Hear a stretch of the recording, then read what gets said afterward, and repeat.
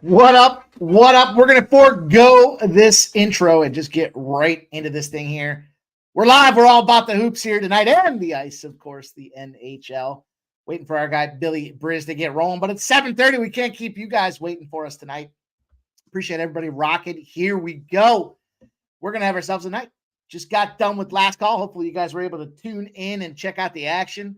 We're going to be talking live betting here. We're going to be sweating all night here. We got a bunch of plays in action already. The NBA's popped off. The Brooklyn Nets, the Orlando Magic.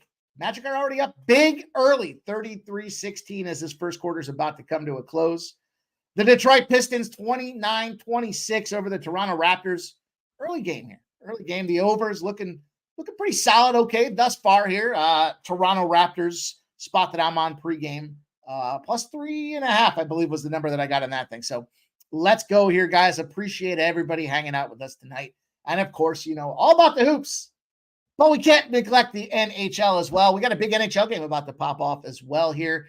The Predators and the Jets. Big line move here just a minute ago for the Nashville Predators. Dropped down to plus 120 from what was floating around a plus 136, 135 pregame. So get in there, get that action as well. 7:38. Gonna just tip off here momentarily. Shout out to you guys. I see Real Stoney in the house, and there's Justin McKelvey. Stacks POD, Kansas, plus 3 for our guy, Justin. Looking forward to watching some of this college action tonight. We got ourselves quite a few games in play as well right now. Providence beating up on Georgetown, 38-27. That's the one that jumps off the page for me. I talked earlier today on Jimmy the Bag Show about that Providence under. And here we go. 146.5 is the live number. Now, juice to the under. Arkansas, Vanderbilt. However, Arkansas, not the start that I was looking for from those boys. 25-30 right now. They're down 5 points. First quarter still rolling here. And there's Texas. Texas is up 26-16 on K-State. Maryland and Rutgers, 38-22 here. Game is an under spot for me, under 125.5. Live totals now 124.5 as well. UCLA is dominating Oregon State 59-48. This game's coming to a wire here. 3:45 left in the second half. Norfolk State's up 49-32 on Coppin State right now. That's also 11.5 to go in the second half. And there's New Mexico Air Force. Got to figure New Mexico's going to put boots to the behinds here of Air Force here. They always say in football, you don't beat up on a service academy, but New Mexico's out for some revenge. They lost to Air Force outright on their own stadium here. So, you know, their own court. You know, they're going to be fired up to get it done. Let's roll there. We've got this game with 152.5 as the live total. Minus 22.5 right now. It was sitting minus 14.5 pregame. St. Louis Duquesne's about to pop off. Maryland Eastern Shores, NC Central. That game's screaming under to me. I don't know why I haven't touched that one yet. We'll see what happens there. And that'll bring us through 8 o'clock. Then we got a bunch of 9 o'clock spots out there that we'll talk about as the show advances here. NBA-wise, I just talked about what's going on in that Orlando-Brooklyn game. Second quarter is about to start. Second quarter is about to start in this Toronto-Detroit game as well. 7:40 action. I'll tell you what, shout out to our guy LJ from H-Town. When he gets home, he's going to pop on here and give us some live looks as well. But give us a little creative look there. Miami Heat. He likes the Heat in the first half. He likes the Nuggets, though, to come back and win the full game. And shout out to our chat there from last call. Found us a little spot there. The double chance in this game for Miami to cover the first half, win the first half, not cover, but win the first half, and Denver to win the game. Doesn't matter about the spread, plus 570. So kind of heard what LJ had to say about that thing and thought, why not try to get a big score there for a plus 575? He'd have to win the first half. Doesn't matter about the spread. And then Denver has to win the full game. Doesn't matter about the spread. So I'm trying to get that action in myself right now here as we scroll on through. Hopefully our guy Billy Briz will be here momentarily to share his action as well. We know it's a big slate that's kicking off in the NBA and college basketball. So we want to give you guys everything that is what's happening here. There's Kelsey says, let's go Kings. And Tone Megan's in the house says LFG. Appreciate everybody hanging out tonight. Gonna have ourselves a fun little night here. Gonna have some cocktails, gonna have some live bets. Gonna get this cash and build these bankrolls here. Big card tonight for yours truly. Excuse me. As we look at college basketball and the NBA. 3 plays in the NHL as well, but only one of them is about to pop off, as I mentioned, with that Nashville Predators. And our guy Tone Megan's in the chat giving us Iona Iona on the money line, plus 174. This Iona spot there. Shout out to our guy, Tone Miggins, doing his thing out there. Follow our guy over there on X if you're not already. He's posted on the daily. I'm still trying to find this double chance spot. There's just a lot of stuff to scroll through here. Selfishly, as I'm trying to get this cash. Real Stoney says, sounded like you were beatboxing, Mike. Was I? Maybe I was. I don't know. Maybe I was. But we'll see what happens. Let's see how this night advances for us. Real Stoney says he took Iona on the points there for Iona. Still trying to find this thing. Where the hell? Man, there's just a lot. And I probably scrolled right by it there. So I'll get there. I'll find it. We still got some time for this Miami Nuggets game, but I want to get on some of that double chance opportunity there. I think that's good money at plus 575. So let's see what happens. The St. Louis Blues and the LA Kings are about to pop off as well. I know it's all about the hoops, but make too much money in the NHL just to leave that stuff behind. So we're going to get that cash as well. No play though for me in the Blues and Kings game. I would lean St. Louis there as the home dog, but not a spot I want to get involved with. I tell you this though, circle it for Saturday. It is a fade the Kings spot on Saturday. They're going to be the unrested Kings. They're 1-11 in the NHL. 1-11 over 12 games in the unrested spot there. They're going to be playing Dallas on Saturday. So we're going to want to fade the Kings on Saturday against the Dallas Stars. So circle that one, write it down, highlight it, put it in your phones, put a reminder for Saturday, whatever you got to do for that game. We don't want to miss that cash. But for tonight, I can't get on them Kings. I just can't get there. Nunny says, this stream just made my night. It was one of those days. Sheesh, let's calm down and cash. Shout out to you, our guy, Nanya. Appreciate you guys all hanging out here. That's what it's all about, you guys. We go through the day. We do our grind. We do the things we have to do. And then we get to have a little bit of fun, enjoy each other's company, try to find some live bets. Of working together to beat these books. Let's do just that tonight. So let's there it is. There it is. I found it. Of course, DraftKings has juiced it down. Maybe they heard us earlier. Miami Heat for me on DraftKings. Miami Heat first half. Denver Nuggets full game is plus 425. Shot at that as well. Let's go here. Throw a little $50 action on that one. And away we go. Real Stoney says Islanders also haven't won a game on a back-to-back. Cashed with them recently. Love it. Love to see it there. Kelsey says, I have Warriors and the Heat. Draymond Green, I think, is out tonight, if I'm not mistaken. And there's our guy. What up? Billy Briz. How you doing, my guy? Doing good. Mid-sweat here. Taking some Syracuse live here. Trying to get my shit together, I would say. Well, that's fair. That's that time of year. We're doing, man. You know, it's one of those days. We're trying to get this NHL cash. I was pleasantly surprised. I tallied up the records for myself today. I'll get you guys in the next wave for last call, but I was pleasantly surprised to see kicking ass and taking names in the NHL. That's what I expected to happen. It felt that way, but to quantify it is always exciting. Almost 50 units in the NHL, Billy. Fucking crazy. Crazy. Owen says Kyrie over 3.5 threes plus 145 is his levels play of the day. Or actually, no, just a half unit for him. Patrick Burns, Clemson's minus 7.5. Best bet tonight. And Iona. Money line plus 170. I can't bet the Iona tournament. I can't bet the MAC tournament. The MEAC? Yeah, the MEAC tournament because it's in Atlantic City. Oh, they double fuck you then. I can't bet it because it's New York teams. Yeah, it's like, all right. We line up to do a Billy dance? Nah, not today. Not today. I'm a little bit tired. The college game starting off at 11 o'clock in the fucking morning is yeah. Got to get used to that. And I got action on the 11:30 p.m. game too, so I'm burning this candle at both ends on this one. Tone Miggins, though, says the levels POD was the Cuse money line, is the Cuse money line. I like that spot. I gave out Cuse on last call today. Yeah, it's a pick live if you guys haven't gotten on it or you guys want to ride the bet or if you guys are on the fence. Minus 115, minus 113, pick them right now. I wish I would have bet the first half under in this game, though. This looks like a first half under. Colgate's smoking Lehigh, 40-22, gone in a half. Yeah, I'm a little disappointed I didn't jump in on that Colgate side. They're playing their home court too, right? So it's Patriot League. I don't believe they have the neutral side. I think they get that home advantage, but Providence, Georgetown, 40-27 at halftime. Sam Houston, Florida International. I feel like those are both your teams, but I think you faded. I'm not sure what you did with that Florida International spot, but I feel like that's a Billy Brooks special with Sam Houston. I got fucked. Yeah, I'm a Sam Houston guy.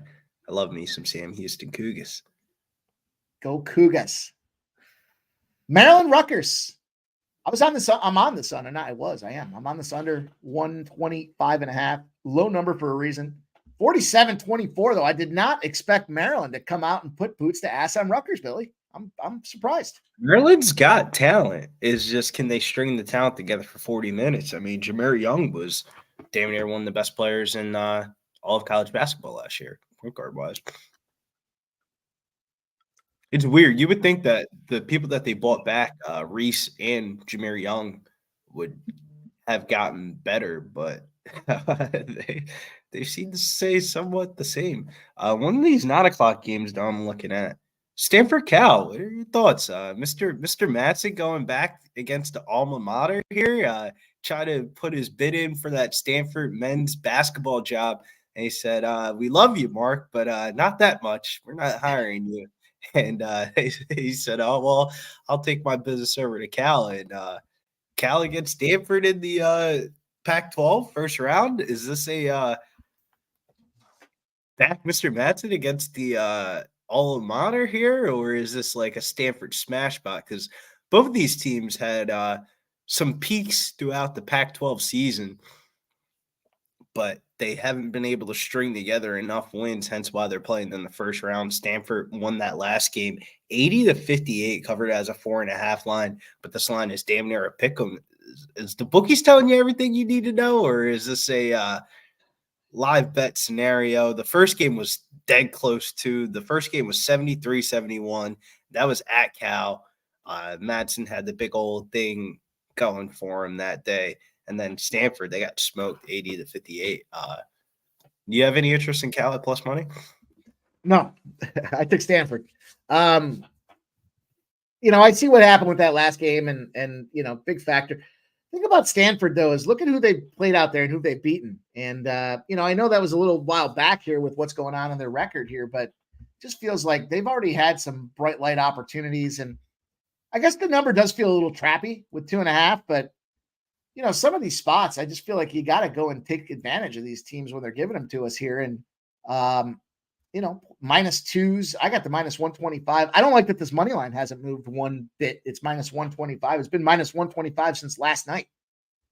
So I'm not excited about that entirely, but I'm on Stanford. I think Stanford finds a way. I was trying to pull up my notes from earlier today to talk about that game. Bear with me as I do, but no, I like Stanford. A lot of people I know like this Cal +2 spot, and it's sitting at 1.5 now. So it's tricky. It's definitely going to be a tricky spot, but I think Stanford finds a way to get the job done. Just my gut tells me they find a way to get the job done. We've seen some favorites coming through here today. We saw a ton of dogs this week and last week as well.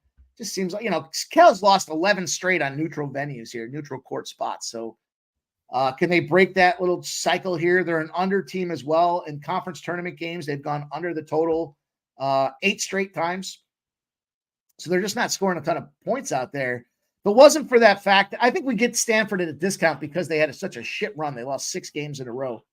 But that last game to pop the season off 80-58 was a big one. And Stanford's shooting effectiveness is what kind of got me on this thing. They're a top 23-point shooting team. They're a top 65 2-point shooting team. They remind me, I said this earlier, they remind me of Villanova. They shoot a shitload of 3-pointers out there, and they make quite a few of them as well. So 37.4 in terms of their total point attempts, and they scored 39.4% of them. I looked at Cal. The last 5 games for Cal, as much as they're kind of holding teams down, 35.9% from 3 allowed on average in the season. Their last 5 games, they're over 40%. So that's kind of not the direction you want to see a team move it in when it comes to, can Stanford go out there and bang a bunch of threes on them? I mean, I don't know that they go out there and 3. I just think they are effective with the way that they shoot the ball. And they're not afraid to take those chances, which means they play with confidence. Cal's big man, Fairdraw Amanuk, is in a really good spot tonight. He's averaging 11 rebounds per game for the season. And that was the biggest X factor for me. I think Cal has a huge advantage on the rebounds. They're 25th in the country in defensive rebounding, and Stanford's 343rd in the country in offensive rebounding. So I feel like the rebound advantage could offset the shooting numbers. Because around this time of year, I mean, everyone's playing on a neutral site. They're going to be missing some shots. Maybe those offensive second points are the X factor here. But I don't know, man. That game's got me going back and forth between it because I kind of like Cal. I can make cases for Cal, but it's also one of those lines where if you told me either one of those teams got blown out, would I be shocked now? No. Yeah, I'm with you. I'm with you. I mean, to me, it just seems like Real Stoney says definitely on Stanford in several ways. Love their alt lines too. Yeah, I just, I said this about some UFC, so this is something you could probably relate to when it comes to this. I'm sure you can. You're the UFC guru, as we know. When you see a guy that's sitting at minus 125 in the UFC and you know he's the better guy, do you want to go fuck around and try to figure out if he's going to win the third round by submission, or do you just take the minus 125 and say, let me get this cash because cash in my pocket is better than not? So that's kind of how I feel about the alternate line spots there. There were a couple of guys this past weekend in the UFC where I was like, minus 128. Fuck, we're playing dudes up to minus 200. I'll take the minus. I don't care if he wins in the second round, the third round, or he wins by decision. I just need him to win and put it in my pocket because I'm going to take some plus 1,100 swings at it too. So that's kind of how I feel about this game here. Is it a low line? Yeah, it's definitely. But keep in mind, Stanford had that 6-game losing streak, so they definitely didn't finish the season scaring anybody. And there's our guy. Speak of scaring everybody. Here's our guy here rolling up, trying to get to that 60%. He's also the proud owner of an undefeated record in the Waffles play of the day. It's our guy, DabyCab. I'm sitting here watching this fucking Kansas State game right now, too. Was this the waffle? Somebody asked me earlier today what the waffle was. I said, I'm sorry, I didn't. I don't keep up with it, man. I don't know.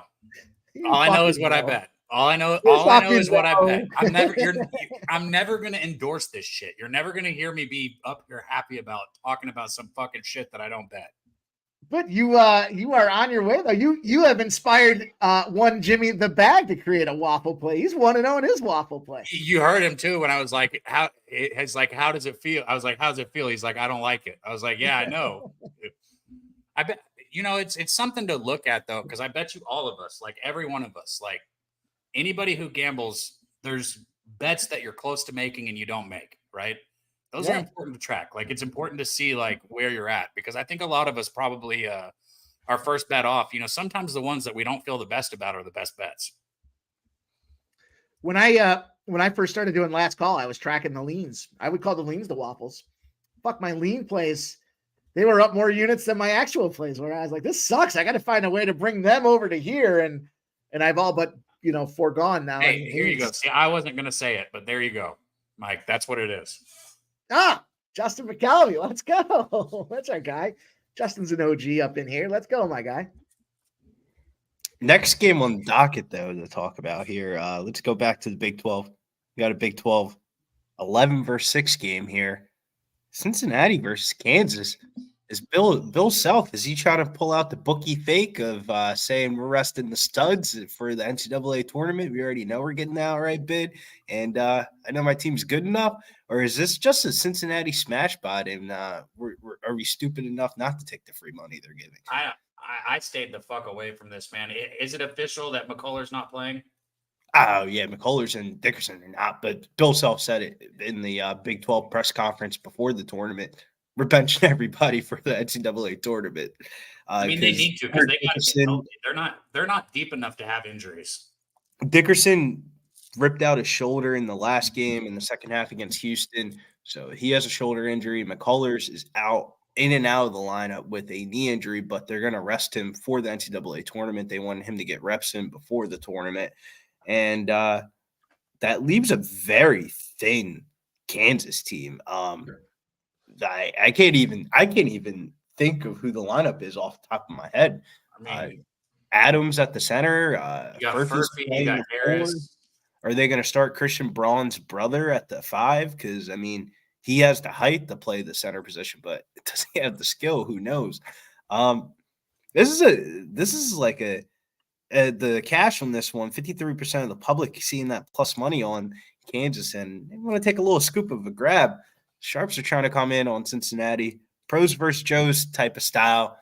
And the over's getting slapped here at 138.5. I don't know if I want to be going there. But thoughts and opinions on this one? I mean, like, is this free money is really the question. Like, I mean, I don't know if anything's ever free, right, Billy? But yeah, I think that it's Cincinnati or pass for sure. Like, there's no way you bet. Kansas has no depth. We've talked about it all season. You know, if they're completely healthy, their starting five can play with pretty much anyone, but you take one person out of their rotation and they kind of suck. Predators goal, boys. Predators goal. Kansas 9-0 against the spread and overall straight up in their first two games of the Big 12 tournament going back to 2017-2018 season. So that being said, you guys did talk about the injury factor out there. There's a lot to consider in that game there. I didn't touch this game. I'd like Cincinnati yesterday, -9.5. They did me dirty. They came back. I got a live bet on them at -5 at halftime. They won the game by 5. But you know where Cincinnati struggles? And this is where it's a challenge for me when it comes to a game like this. Their fucking free throws were god-awful yesterday. They were trying a lot of three-pointers. They couldn't find a way to get the groove in the early part of the first half. And that cost them the first half because if they had just gone in the paint and taken those twos, they would have been fine. But then they end up losing that first half, and they had to play outside their element there in the second half to get the job done. Is that enough to carry forward against a Kansas team? It's not the same Kansas team, but I would almost take the point. Like the way I approach these conference games and then the big games, the big tournament games as well. I like the dogs and I like the unders. And I got to find a damn good reason to move on the other side of it before I go against taking plus points in my pocket or plus money shots. So, yo, Mike, I got to say this. Everybody in the chat, if you can, go hit the retweet on X or whatever social media you've got. Go to pubsportsradio.com right now. It helps a ton. You guys don't understand. When you guys actually go out there and retweet to help us bring people in, it makes a huge difference. So if you can, go out there and hit that retweet button and bring some people in here. Let's go. Everybody bring in one. Everybody gets a +1 tonight. Don't worry about it. Dabby's paying the tab. It's all good. Everybody gets none. Yeah, that's a good shit. I saw Paulie in the chat put I'm paying the tab on the weed in San Antonio. No, I'm not. I ordered a quarter QP from a special grower who was already a little bit more expensive as it is. And I'll be honest, his weed's not like, I mean, I get really good weed. So it's like, it's not like you're going to notice, oh, this stuff is like the best you've ever had, but it's like every fucking hit has that pressure to it. Getting that. So if I hear you correctly, we got Mexican brick coming in. No, I haven't seen Mexican brickweed since I was 8 years old, man. Since I was in middle school. I haven't dealt with that since middle school. Debbie, this joint tastes good, but what's that popping sound? Oh, it's just a couple seeds. Don't worry about it. Man, no headache weed here. Hell yeah, Kelsey. Back to breaking down the games that are upcoming for the slate. We gotta get back to. I need a lighter. Teams here. Let's take a trip down to Alabama, Middle Tennessee versus Louisiana, the 7-2 seed here in Conference USA. Is this the runaway spot here? The fade. This is the last time we have the potential to fade Middle Tennessee State on the fucking road. They rank dead last in the conference in offensive and defensive efficiency ratings.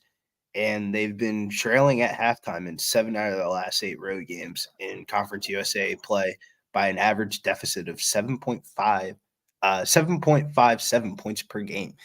So this telling us Louisiana Tech at the first half is the bet here at 4.5. I already moved on it. I got it at 5. So if you can get 4.5, it's even better. I already took La Tech first half -5. You like the La Tech first half spot? I do. I don't know about the full game. I mean, it's a big number again, and we've seen, middle. They just played. This is the thing too. These guys just played each other, so this is that tricky spot where 84-70 just 4 days ago, right? These guys finished off the season against each other, and they covered. La Tech covered the spread, but it was sweaty. That thing was fucking sweaty. And before that, there's that Sam Houston spot. They lost 9.5 as a favorite. Sam Houston's nice, though. Sam Houston's nice. So they can go out there and ball, but it's definitely that second time around. This feels a lot to me like that West Virginia Cincy game yesterday. Cincy and West Virginia had just played to finish off the season, to cap that season off, and there they go again. And West Virginia grinded that one out. Now, to the point I made earlier, since he fucked around in that first half and cost themselves, but La Tech seems like they're loaded for bear. I think they're ready to go. Hey, that's some bullshit right there in the chat. For everybody that saw what Nate just said, in the 4 times that we've stayed in a fucking Airbnb together, Nate, how many of my joints do you think you've smoked? Is it 100 or is it over 100? And how much fucking money have you given me for weed in your life? Answer those questions honestly. Did you guys ever see what was it called? Walk Hard with the Dewey Cox story? And he's got the dude, he's like, and you never pay for drugs. Maybe you guys haven't seen that. Billy, you haven't seen that? No, I don't. I fucking bet on sports. You think I watch fucking movies? What are you doing at 2 a.m. when you're trying to unwind after a full slate, Sports Center, video games. My buddy, I when I go to his house, he fucking insists we watch Sports Center, and I'm like, dude, I can't watch this. Actually, I watch CBS Sports Network to be exact, which is basically like Sports Center, but they actually cover the games that I care about. He's like, you don't like Sports Center? I'm like, dude, I barely, if it wasn't for a game being on ESPN, I wouldn't even need the channel. That's the There's no reason for me to, after sitting there talking about it all day, prepping for the next day, I see the games, I see what's happening. I don't need some asshole telling me what happened. Let alone talking about it being a bad beat. We gotta go back to the games here, man. We're back to the Big Ten here. 14 versus 11. Dougie's not suspended for this one. 7.5 points, too many points for Michigan against fucking Penn State. I mean, damn, I didn't think this line would be a 7.5 line here in this Big Ten opener. Thoughts and opinions here, boys, on Michigan, Penn State? Michigan's awful. That's a lot of points, though, bro. Why? That's a lot. Penn State. That's because that's how bad Michigan is. Now, can Penn State win by 10? You fucked me up with that stuff with when they're 7.5, they got to win by 10s or 11s, or they got to be up by 10 or 11. Can they do that? I don't know. Penn State's a sleeper. They come through this. I'll tell you what, I'm not high on the Big Ten. I think all these teams in the Big Ten are vulnerable. I'm definitely with you on that. Big Ten is definitely the one spot I'm circling for my March Madness brackets as upsets. They'll get a bunch of teams in, and they'll probably all fucking lose by the second round or third round. Like I think Purdue's a second round exit. I think besides Purdue. I think Illinois, though, of all of them, has the better chance. That Terrence Shannon effect, man. That guy's for real. But I think Penn State gets it done against Michigan. Juan Howard's fucking out. Illinois doesn't play no damn defense, though. Yeah, but they I'm play with DabyCab on that. Illinois' guard play-wise, they can't guard high-usage guards, and that's not a good recipe for March Madness. I think you got a team that's effective. They can go out there and rebound. They can put points up like crazy. And you're going to go out there and you're going to get beat up and discouraged because every time you go on a 4-point run or a 6-point run, they're just coming out there popping threes on your ass. I think that's a challenge. I agree with you. But I like Penn State in this game. I think Penn State finds a way to get it done. I mean, Michigan's terrible. How much more do I need to say? That's a lot of points, though, man. Penn State's not that good. It is a lot of points, but Michigan's that bad. Look at Michigan. What's the total in that game? The total in that game is actually interesting at 149.5, but I think 150.5. I think that's due to more of Penn State's pace of play. They're more on the top end of pace of play in the country. I'd probably still look under that. I mean, I'm not betting it. I'm just saying I'd probably look under that. I texted Jimmy and I just said fuck in capital letters. And I said, it's not even funny. And he said, it's not funny. It's magical. It's not funny. Double digits, baby. Last game went double under. Digits. No, fucking lame as shit. These two teams. So I don't blame you, DabyCab, for saying the under. You guys have we've been hitting some of these games coming up. I'm not a big fan of these conference tournament games. I'm not going to lie. Because you got what? Dude, because you got teams like Kansas out there, like not fucking trying. I mean, that's one of the under in that Kansas game, by the way. I go for the bigger schools, though, Billy. I stay on the bigger schools. That's one of a million. This is the time of year where you think Houston's going to give 100% in the tournament. Yes. Yeah. if they win the tournament, they're bona fide number one in the country. Yeah, but you can appreciate this as much as anybody else. You don't want to fall into the tournament. You want to kick ass and open the fucking door by karate kicking that fucker. You don't want to be a Gonzaga and basically get penciled into the championship game every year. And hey, if we win, we win. If we don't, like you don't want to be that guy. You want to punch your ticket in. It's a magical time of year. I mean, did you not see Wagner last night? What a great saying by Nunya here. He says, "We catch our whales in the deepest depths." That's a great saying. Talking about whales in the deepest depth here. There's an 11:30 game, Cal State Northridge versus UC Santa Barbara. A lot of money coming in on UC Santa Barbara. And I fucking agree, man. How the fuck is Cal State? How is this line not minus like 7 or 8? This has cigar game written all over it. Cal State Northridge beat Santa Barbara in the last game. It was a home and home split. But that first matchup, bro, 97-69, UC Santa Barbara smoked them. Both games went over the total. Think there's going to be points? I think Santa Barbara's going to roll into the next round. That's the same exact time as my Utes. The Utes are on fire. They're trying to break a fucking 8-game head-to-head loss streak against Arizona State. Bob Hurley and the boys. Who's going dancing, man? The Pac-12 is interesting because all these teams are on the fucking bubble. Like every team in this tournament. It does feel like I was thinking about that earlier today. The Pac-12 feels like everybody's live in the Pac-12. Like anybody could win at any given time. But I like Northridge in that spot. Northridge is a hell of a cover team on the road, so I like Northridge. Colorado is dangerous. I bet you Colorado wins the Pac-12. That's kind of my assessment. Colorado's dangerous. They can put up points in bunches.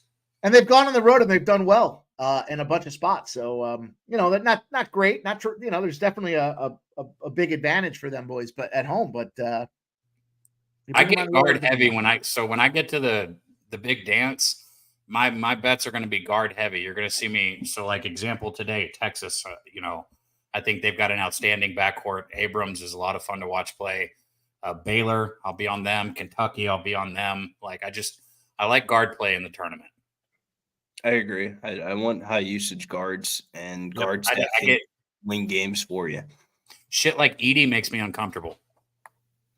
But Edey's a different dichotomy. You have to to bet against Purdue, you would have to have somebody of height stature and enough guard depth because Purdue actually has guard depth this year, which is what you need for Purdue is to get him in foul trouble. And I know that's the whole catch with them because that's not something you want to bet on, right? Like you don't want to bet on whether or not you're going to be able to get somebody in foul trouble.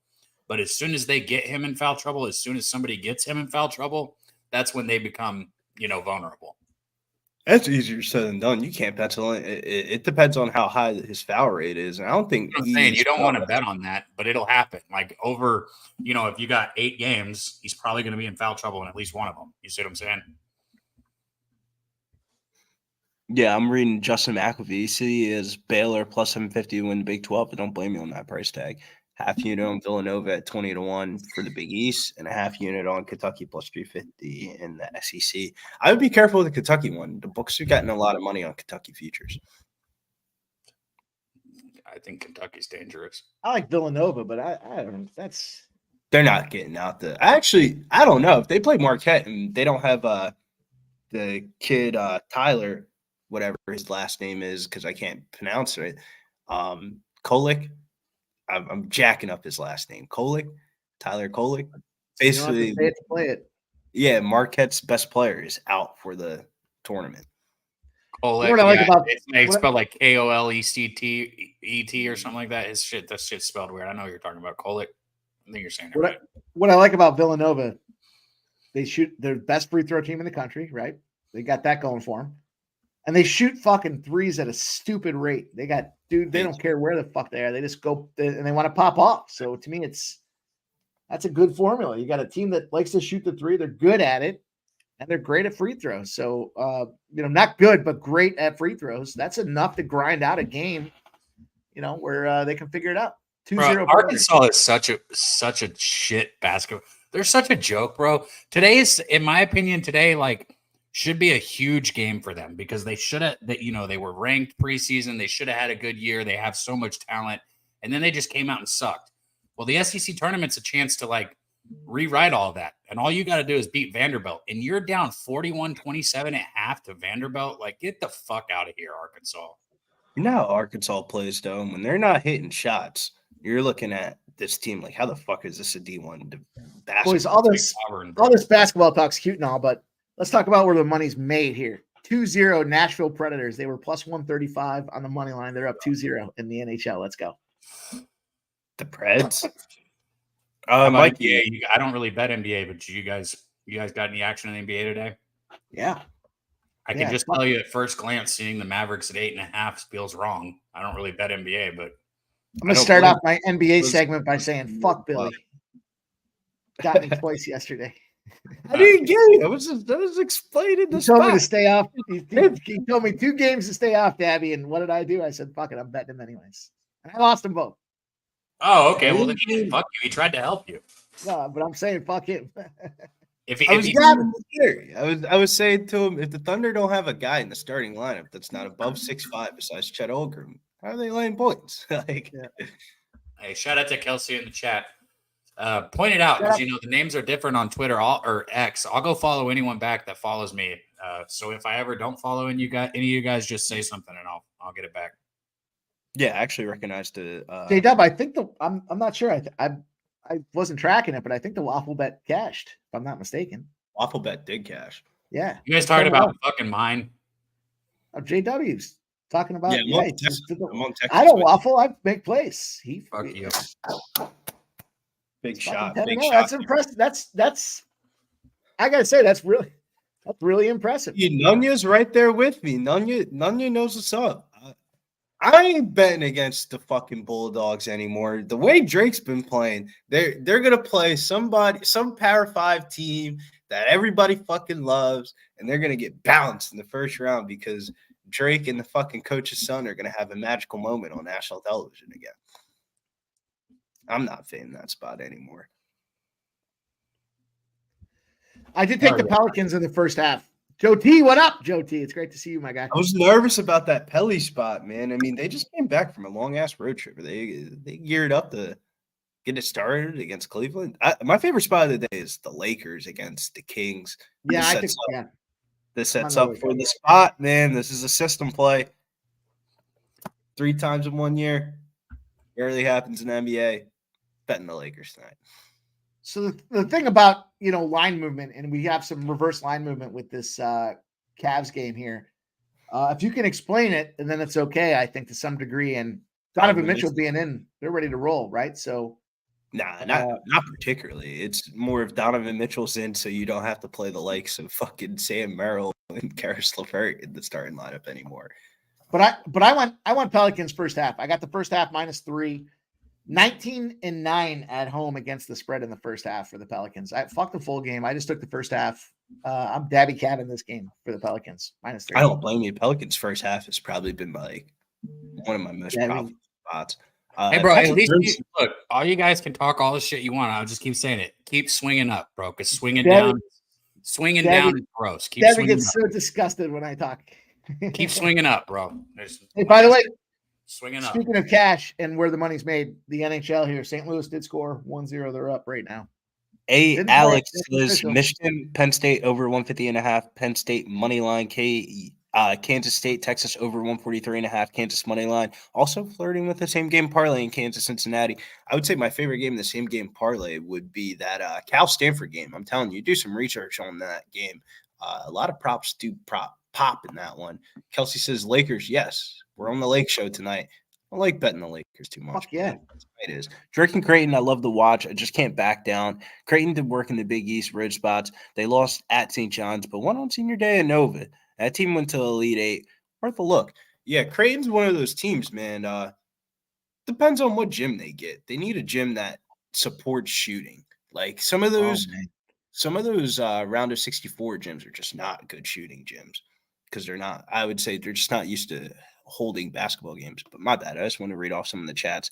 Winetime says Bulls +4, Nets +7, Lakers -2.5, Fox over 28.5 points. I do like that Fox, bro. I'm gonna tell you what, those 2 Nashville Predator goals were nasty. Let's go. Fucking just 2-line fuck you. Let's go.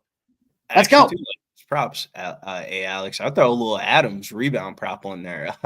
Kansas doesn't have any bigs. They have Christian Braun's brother, who is tall but not good at the game of basketball, and then Adams rebound prop. You know he's going to be motivated. Missed out on a couple of his mom passed away from cancer this year, so he hasn't been home because he had to focus on the basketball season. So he's going to be definitely giving 110% effort. Look, Kelsey knows where the money's made. Blues scored. It's cute. It's cute betting on the orange puck. But that little circular rubber disc is where the cash is made, boys. Get yourselves fucking wired. Get your heads and your asses wired together. Let's go. It's time to make money in the NHL. What's the call, ref? What happened? I'm looking at what the fuck is the call here, ref? I mean, they're all tangled up on the ground. I don't get how do you what's the call? Is it a jump ball? Is it a foul? Because what are we doing here, ref? Nobody had possession. Come on, Stripes, get off your knees. You're blowing the game. The fuck are we doing?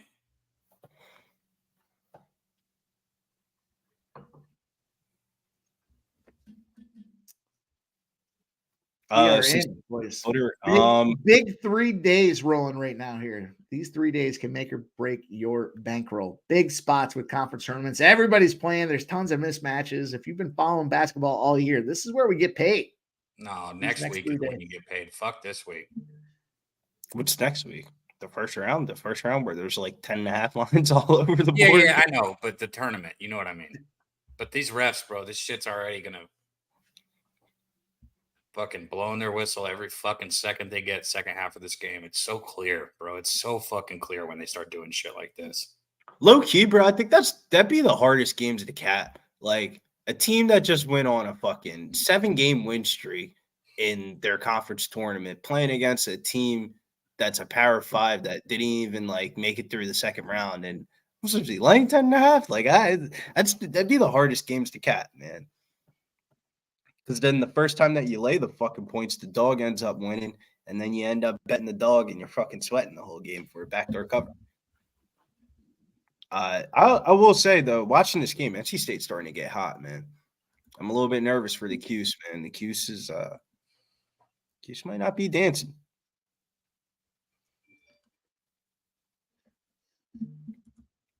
They're down 7 at this TV timeout. Big run too. Yeah. They go on runs, though. They get hot. We'll see. There's still a lot of game left. Yeah, but the things that are concerning is like you get a whole good defensive stop possession, then you allow an offensive rebound for another possession. That's just a demoralizing,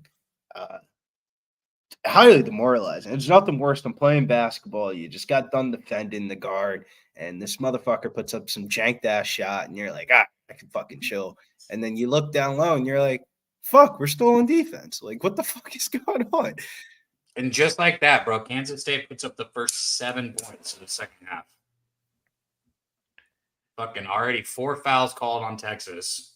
It's just like they're literally 2 minutes into the second half, and they've already called 4 fouls, and 2 of them were the most ticky-tack shit I've ever seen. It's just like they make it so fucking clear what they're doing, man. Yeah, now I'm with you. Padogo for Stanford could definitely be not Stanford, for since he could definitely be a look. I don't know. I think Syracuse gets the job done. I know they're down, but they're always fucking down. Every time I watch Syracuse games, they're down. I watch more Syracuse games than anybody. They're fucking down all the time. And then they come back, and somehow they won. They don't cover a lot, but they fucking find a way to win. This is a pick 'em, so this is like you just need to win the fucking game. We'll worry about the coverage shit later. It's March, man. You can't be betting on spreads minus the points. You just gotta take it on the money line. You either win or lose. There's too many times. I think it was LaSalle yesterday. Everybody was on the -2.5. What happens? LaSalle wins the game by what point?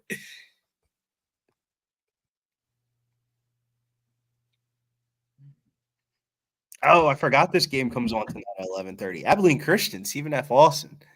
This is Stephen F. Austin's a team I've always been backing, but this is like this is like an interstate rival. Both of these teams are rival teams of each other.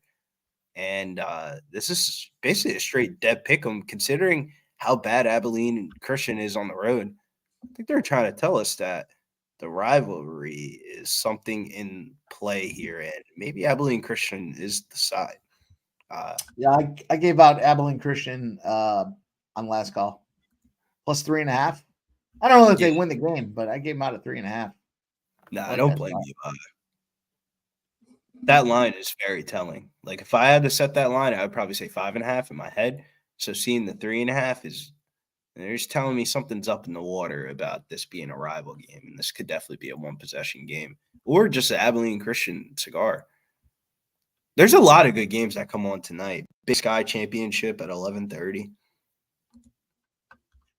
Looking to bet the under in that game.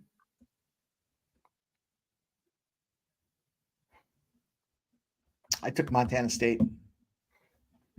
I don't blame you. I think Montana State's this side. And I took them plus 6.5, but I sprinkled the money line too. I think fuck it. It's Big Sky Championship here. They 6.5 is great and all, but I think they're going to be in this game right to the end. I think it's going to be an opportunity to catch some plus money here. Maybe they don't get the job done overall, but Nasty Nate's got Montana. I think Montana is a lot better. It's just, man, 6.5 points in a championship game is. I'd rather have the points than lay the points. If that makes sense. Fuck yeah. Trying to see if I can get some money here. Lock that shit up. Stow it. Night spot here. I feel like I should get inside some props here for this. Wait, now they got me looking at who the fuck. Where's Ben Carlson's player props at? We don't give a fuck about the rest of these guys you guys are showing me. Give me Mr. Utah Men's Basketball Player of the Year, Ben Carlson. Where the fuck is his player props at?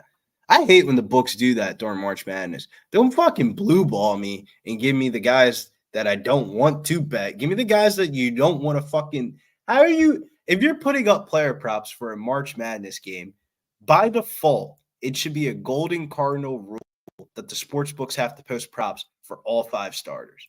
Not the fucking 2 guys on the one team that's favorited and then a bunch of Joe Schmoes that aren't going to go over. Give me – how is Ben Carlson damn near the leading scorer in the Pac-12 and they don't have his fucking player prop? The fuck are you doing? Why do you even offer him player props? You're blue balling me here.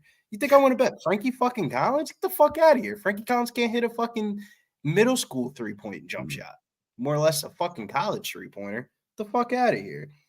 They're literally giving me a Frankie Collins 3-point prop over Ben Carlson, who's probably Utah's all-time leading scorer and one of the top scorers in the Pac-12. Like, what the fuck is going on, man? I got to tweet that out. That's fucking ridiculous. Dabby, everyone wants to know it's about to pop off. We need your look. We need your insight here. Maryland Eastern Shores, North Carolina Central.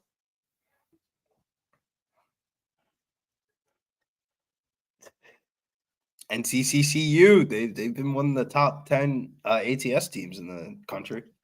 I can't tell if he's coming up with a pick or he's getting ready to find a way to say, fuck you, Mike. Take the points. Take the points. I like the under. Oh, he's muted. Under, I already said it with my face, bro. What do you want me to say to that shit, man? The fuck did you just say fucking East Central fucking Michigan State University? The fuck did you just say? Maryland Eastern Shore versus North Carolina Central. The little HBCU action. Under.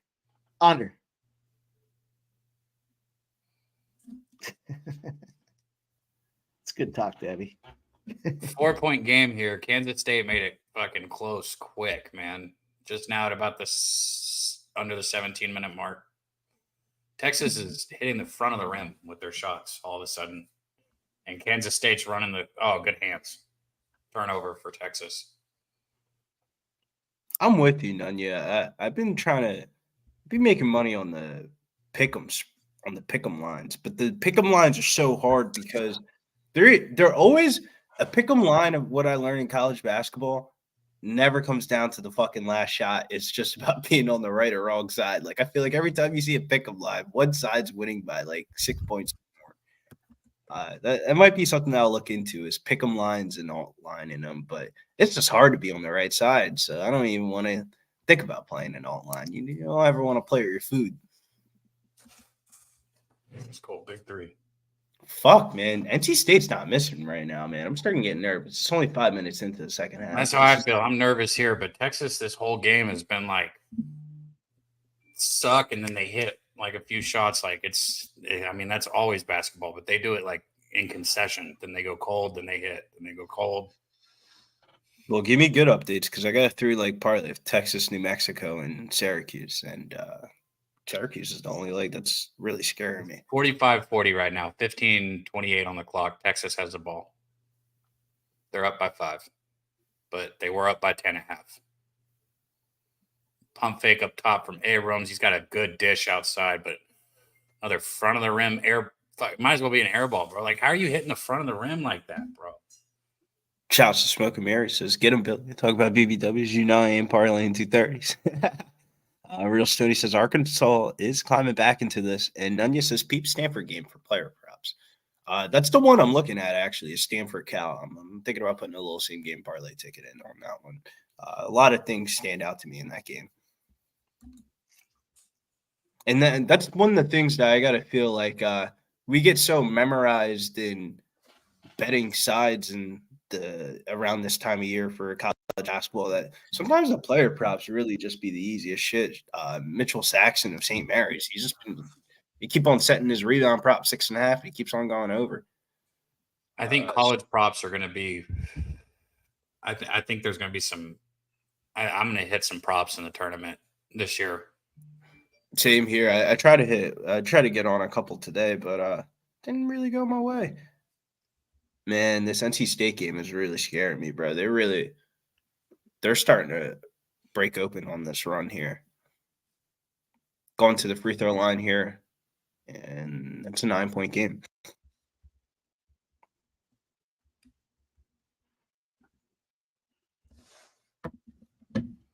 Actually, no, they called it a dead ball foul. Foul on the ground. What are you guys doing right now? Sweating on everything, Dabby. You got a lot of action right now, Mike? Yeah.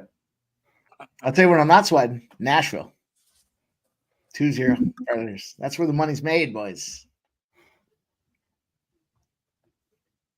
Any live spots you see? I feel bad because I'm watching the game. I have a bet. Well, I was looking. I'm trying to think. I think Arkansas probably finds a way to come back here. I was just trying to find the right spot to get back into this thing here because, Vanderbilt 0-18 in the conference this year. Didn't beat a single motherfucker in the conference. And Arkansas has played some big dogs here.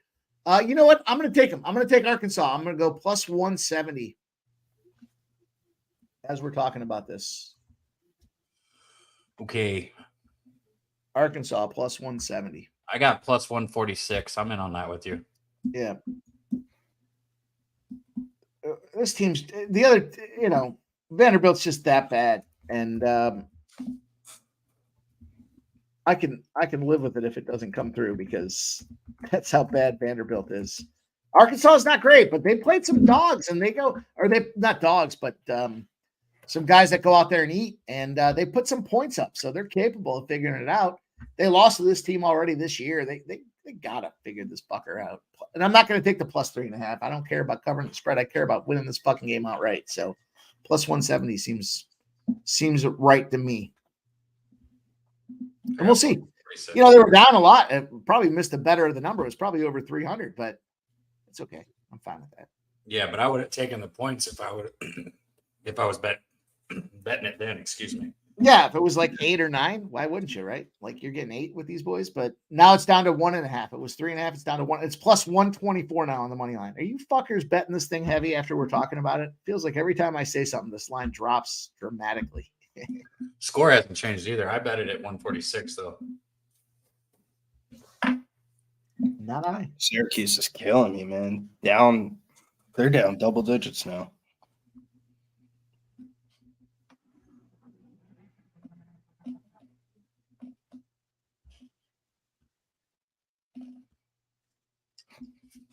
Yeah, set up this night slate a little bit here. Texas is only up by 3, man. Fuck me.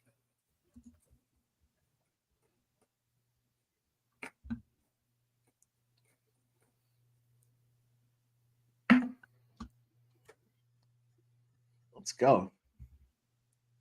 You fellas didn't enjoy the element that is afternoon cocktails here. You guys are a little too subdued for me. Bro, I hate fucking sweating this shit when I'm sitting here. I love like capping the games, giving out my bets, but just sitting here watching this is stressful, bro. Like I want to win this shit.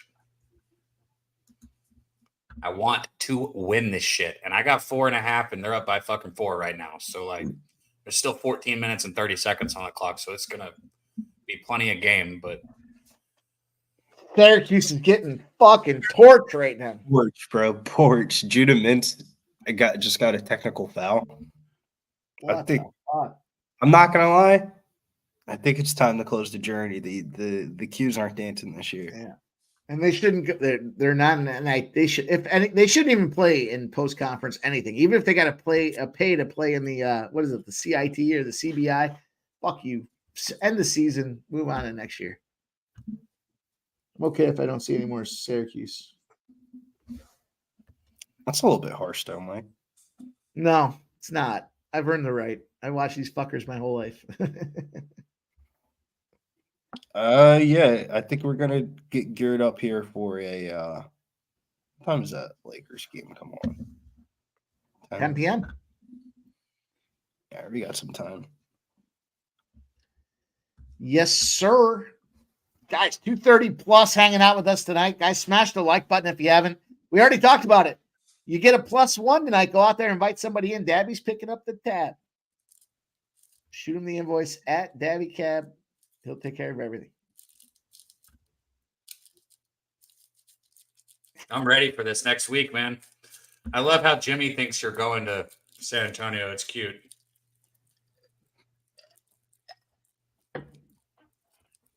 Oh, no comment? Look at that. First time ever. Cat got your tongue, Mike? I was just thinking you're gonna come home. You're gonna be ready to kick your shoes off, put your PJs on, and you're gonna be like, "Who the fuck's in my bed?" And it's gonna be me throwing double middle fingers at you. Go sleep on the couch, motherfucker. Go sleep on the couch, motherfucker. It shows us everybody that's on X and stuff. Yeah.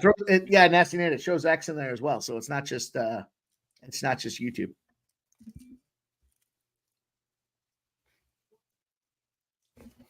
Can we make one last push? Appreciate all the X watchers, guys. Migrate your way on over to YouTube. Get on board with what's happening at Pub Sports Radio.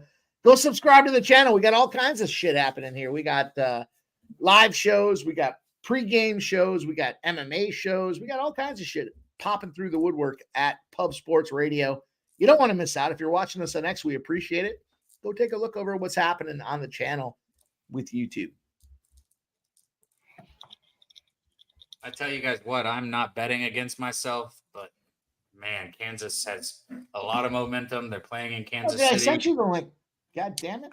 LJ, you don't even got to ask for a link. I already sent it to him. I'll send it to him. My bad, LJ. I was out of it. I took a nap earlier. The 11:30 games are killing me, man. It was way at 11:30 this morning.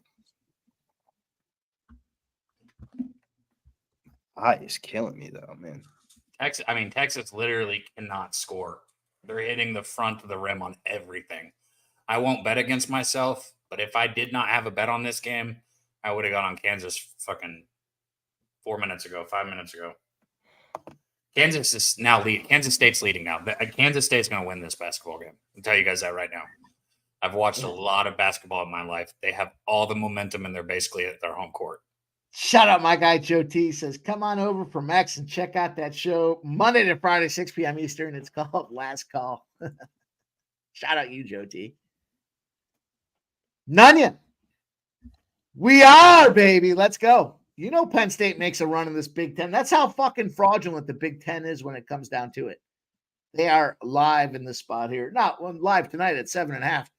I think what happens is they pop this one off here. They're ready to roll in the next game. So let's see what happens with Penn State. Can we get this bet? Real Stoney's giving Dabby a shot. It says, dang, Dabby, you rolled that in 7 seconds flat. Cheers, man. And Mike, you said you moved on La Tech first half, right? Yeah, the -5. Yep. I'm about to move in on that right now. I got to get a refill, boys. Hold it down. I'll be right back. Yes, right. Get in on this La Tech. Chat, you can get 4.5 at FanDuel. I'll read over the stats again for you. Middle Tennessee State is 316th in the country in first half scoring. The La Tech is top 20 in scoring defense in the first half. And they also rank 48th in the country in average margin of first half. And they've been winning at the break in 5 out of their last 8 road conference games. And on the other side, Middle Tennessee's been down at the half in 7 out of their last 8 road games in Conference USA play with the average deficit of 7.57 points. So we're taking La Tech here in the first half. Conference USA tournament in Huntsville, Alabama.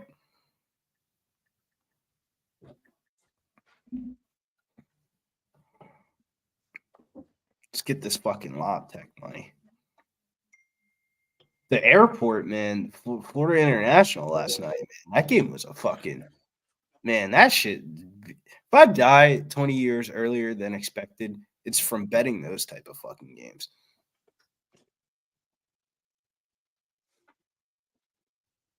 The game had me all stressed out, and we're winning for fucking 90% of the game, and then what am I not saying right? What did I say? I was kind of rambling a little bit there. But we got another man, the myth, the legend.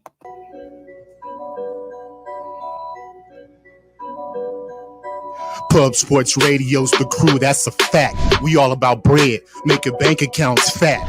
Who the hell is that? LJ from the H, I stack green like Boston. Shout out to Nasty Nate from down south. Where we and he's back in the building. LJ from riding on slab, baby. Let's go. What's up, fellas? How we doing? I like the swag. I like the swag. He says there's a pimp slap shout out in that video, but I didn't hear it. That's because y'all never play the whole 3. I don't even know if you were here when he made that, Mike. Were you doing the pimp slap then? Yeah, you were. Yeah, he was. Mike had the pimp slap play again. So that's where it all started, boys. That's where it all started.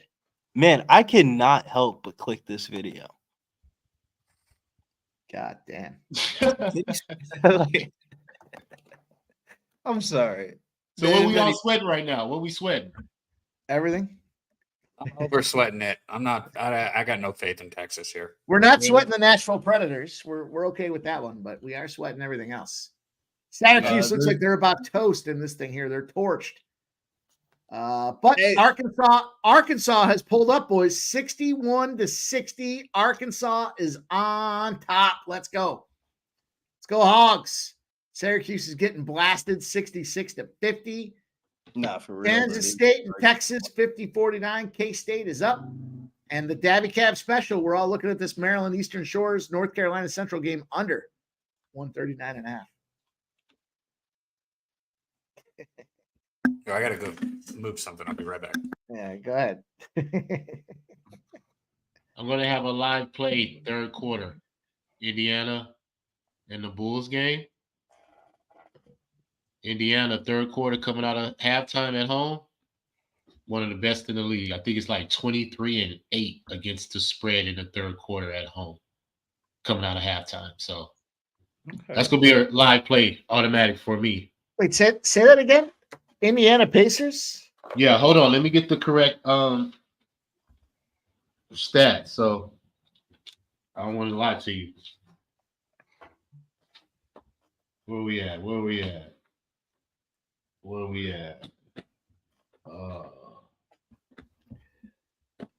Wow, okay. Let me find it. Can't find it yet.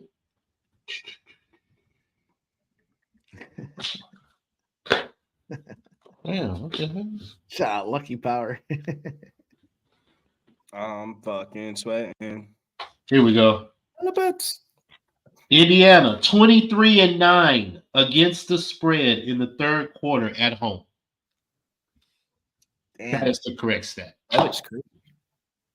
Damn.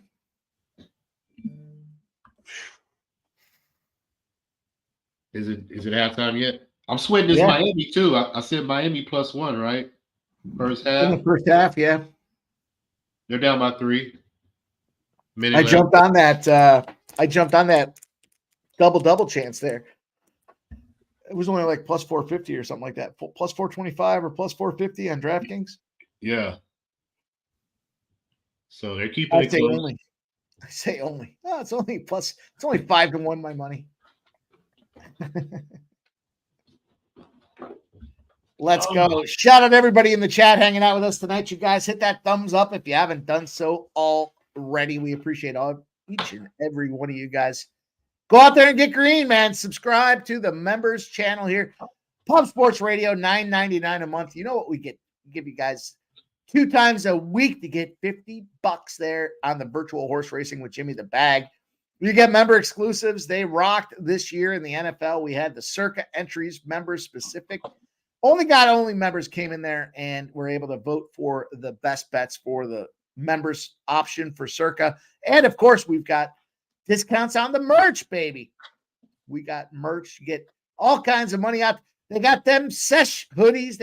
We were waiting. We were debating if the Getting Bills was going to release the half hoodie. You know, that's something that's in the works for the merch store, but you got to be a member to get the discounts out there. Go out and subscribe and become a member to Pub Sports Radio. Let's go. What was the number to take on Louisiana Tech in the first half? I took 4.5 on FanDuel. FanDuel had the best line. To go over the stats again, Middle Tennessee ranks 316th in the country in first half scoring. Bulldogs, a.k.a. Lock Tech, they rank top 20 in scoring defense. They also are 48th in the country in first half win margin of +4.5. And they've been winning at the end of the first half 5 out of their last 8 road conference games versus Middle Tennessee, who've been down at the half in 7 out of their last 8 road games in Conference USA play. The average deficit of those games, 7.57 points at the end of the first half. So we're on Lock Tech. Shouts to Mikey. Mikey gave me the little push over the hump. He said, go smoke that weed, motherfucker. Don't be looking at it. Don't ask me. Don't tell me it smells good. Go fucking grab a lighter. Go borrow one. Here you go. And, Mike's making me do drugs. Yeah, Andrew, I told you that they wouldn't win this game. I told there was no doubt. But that foul that they just called on Diso, Dylan Diso, however you say his name, that was his 4th personal. He's one of their better players. Like, they need him. He was diving for a loose ball. Like, they literally have called 3 fouls in a minute on him in this half, in 1 minute of basketball. And 2 of them have been not fouls. It's fucking dumb. I feel like I should have known better taking this fucking Syracuse game. Damn it. The fucking Cuse. I just got to turn the game off at this point. I got to walk away from it. Yeah, I'm turning this one off. There's nothing left to watch here. Texas is done. Sometimes when you're watching a game, you just got to turn it off, and then somebody in the chat says, "Oh, it's a 2-point game." And you're like, "All right, we're back." Speaking of a 2-point game, although it wasn't an official play, I did say I would take St. Louis. St. Louis Blues are up 2-0 against the LA Kings We did make an official play 2-0 on the Nashville Predators. You boys already know that's where the money's made. All this other stuff's cute, but all about the puck, baby. Let's go. What's Joe Madden show called? Puck It with Joe? Yeah. You know what's funny is my brother and I were sitting around probably, I don't know, maybe like 4 years ago or something like that. And on Twitter, he went out there and he took a whole bunch of them. He took puck off, puck you, puck it. He had a whole bunch of puck spots there that he jumped in on. He was like, I don't know, maybe somebody will pay me for him. That's a great idea. But we all know where the money's made. It is in the NHL. You guys go ahead and fuck around, but you'll find out. No, you're definitely right. I can't wait for NHL playoffs right around the corner. Oh man, knocking on the door. Best playoffs in the business, man. That's a 7-game series. It's so much fun. And I love the overtimes. The overtimes, 20 minutes. Go, go, go. No shootouts. Just next man scores, wins the game. It's a lot of fun. Oh man, this other stuff's neat too, Dabby. It's neat, you know. It's neat. It's neat to have college basketball bets. I honestly didn't hear anything you said other than it's neat to have college basketball bets. I love college basketball, man. Me too. After drinking this juice today, I'll be fucking right about 28 units on the season. This is a tough one here to watch. Luka Doncic, that's the sweat says smoke and mirrors. I got Luka in this DFS lineup. I'm right there with you. I need Luka to have a good game. I know LJ likes Luka tonight. I did the shot. Left, woke up, missed the 7 o'clock games, didn't get any of the Toronto chalk. Luka been paying bills, man. I'm telling you.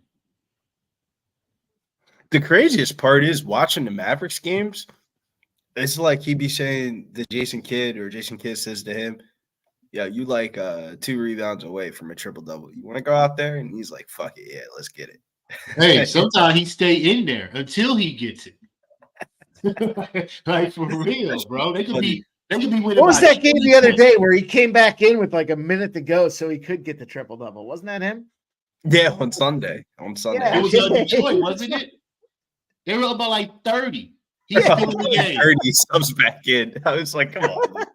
He subbed in a blowout so he could get the triple-double. Hey, man, that's why I bet on him, because he takes it seriously. He's prideful. And you know Jason Kidd, say what you want about him, make all the jokes you want about him. He's a player's coach. Yeah. I was laughing at that with Dutch on Sunday because I was like, that motherfucker subbed back in so he can get the triple-double. He wants us to get paid. Sundays, we are, I guess, now doing Sunday streams for All About the Hoops. I don't know how that hosting stuff's gonna roll, but yeah, Sundays 2:45 ABC game. The big game, the big NBA game. Yeah, as long as I'm not dead from the UFC the day before, I shall be there. But when the card ends at fucking 3 o'clock in the morning, it's very hard to get up for the next day. That's how I felt, dude. 3 a.m. I'm like, I gotta go. I didn't even. That's what time UFC stops. Oh, the last card did. They were rolling. Where were they at? In Miami, bro. In That's Miami. the craziest part, LJ. In Miami, the card ended at literally. I looked at my phone and I looked at my phone again. Spring forward. I was like, damn, that's crazy. It's really like. I ended up going to sleep at like 5:30 that day. You know what's funny about that too is they actually. The projected start time was 6:15. They actually started that first fight just about 6 o'clock on the head. So they started early. They had a bunch of finishes too, and they still finished way fucking late. It was ridiculous, to be honest with you. I love the UFC, but I don't like when those cards are that late. No, I don't need to be finishing anything at 3 a.m. Well, I'll tell you one thing. I hope I'm finishing with a little BBW at 3 a.m. Yeah, there's a couple things I don't mind finishing at 3 a.m., but the UFC's not one of them.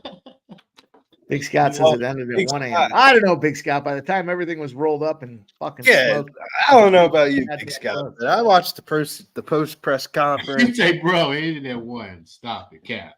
Dana be talking. He gives away the secrets in the post press conference of who's fighting, what they're doing, what he's thinking, and because of daylight savings, 2 became 3. I didn't even realize until I was talking to Dutch there. I was like, man.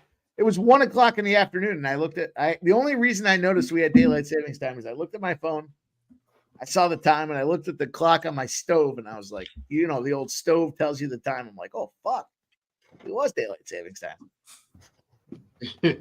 I noticed it immediately when I looked at my phone and it said 4:30 in the morning. I was like, well, it's 4:30. I was laying in bed in the morning. I was like, I feel way too tired for it to be as late as it is. The worst part was waking up. Makes sense. Hey, oh man, Mike, you talk about being on the wrong side of March Madness. It was just 3 L's back to back to back, and I was like, damn, I should have just stayed asleep.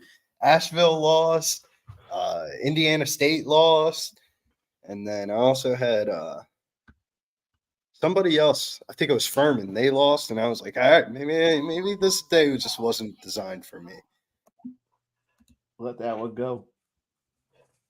Yeah, so they have the Pacers right now -1.5 third quarter plus 103 on Bet Online. I am fixing to smash that, just so y'all know. Hell yeah! And it keeps going up. I'm going to continue to keep smashing it, just so you know. I'm on the Bulls +4.5. I can't do it. +5. I can't do it. I'm going to root for you to cash silently. You can do it. You can win the third quarter with Indiana. You can win the fourth quarter with the Bulls. Because actually, the Bulls are good in the fourth quarter, to be honest with you. They're like one of the top 2 teams in the fourth quarter spread because that's why they're covering. All right, I got the Pacers. The Pacers -0.5 at -115. Is that what you're saying? Third quarter spread? Yeah. Third quarter. Take it. All right. -0.5's not bad. I can still stay in the hunt. Yes, sir. I've been tracking that all year. So, hey, if it don't hit, hey, it's all good. But 23-9, I can't ignore that. At home, too. Like I said, I got it specifically at home, third quarter, not on the road. So look out for the Pacers, though. On a side note, man, they've been playing a lot better basketball of recently. Yeah. It's like week to 2 weeks.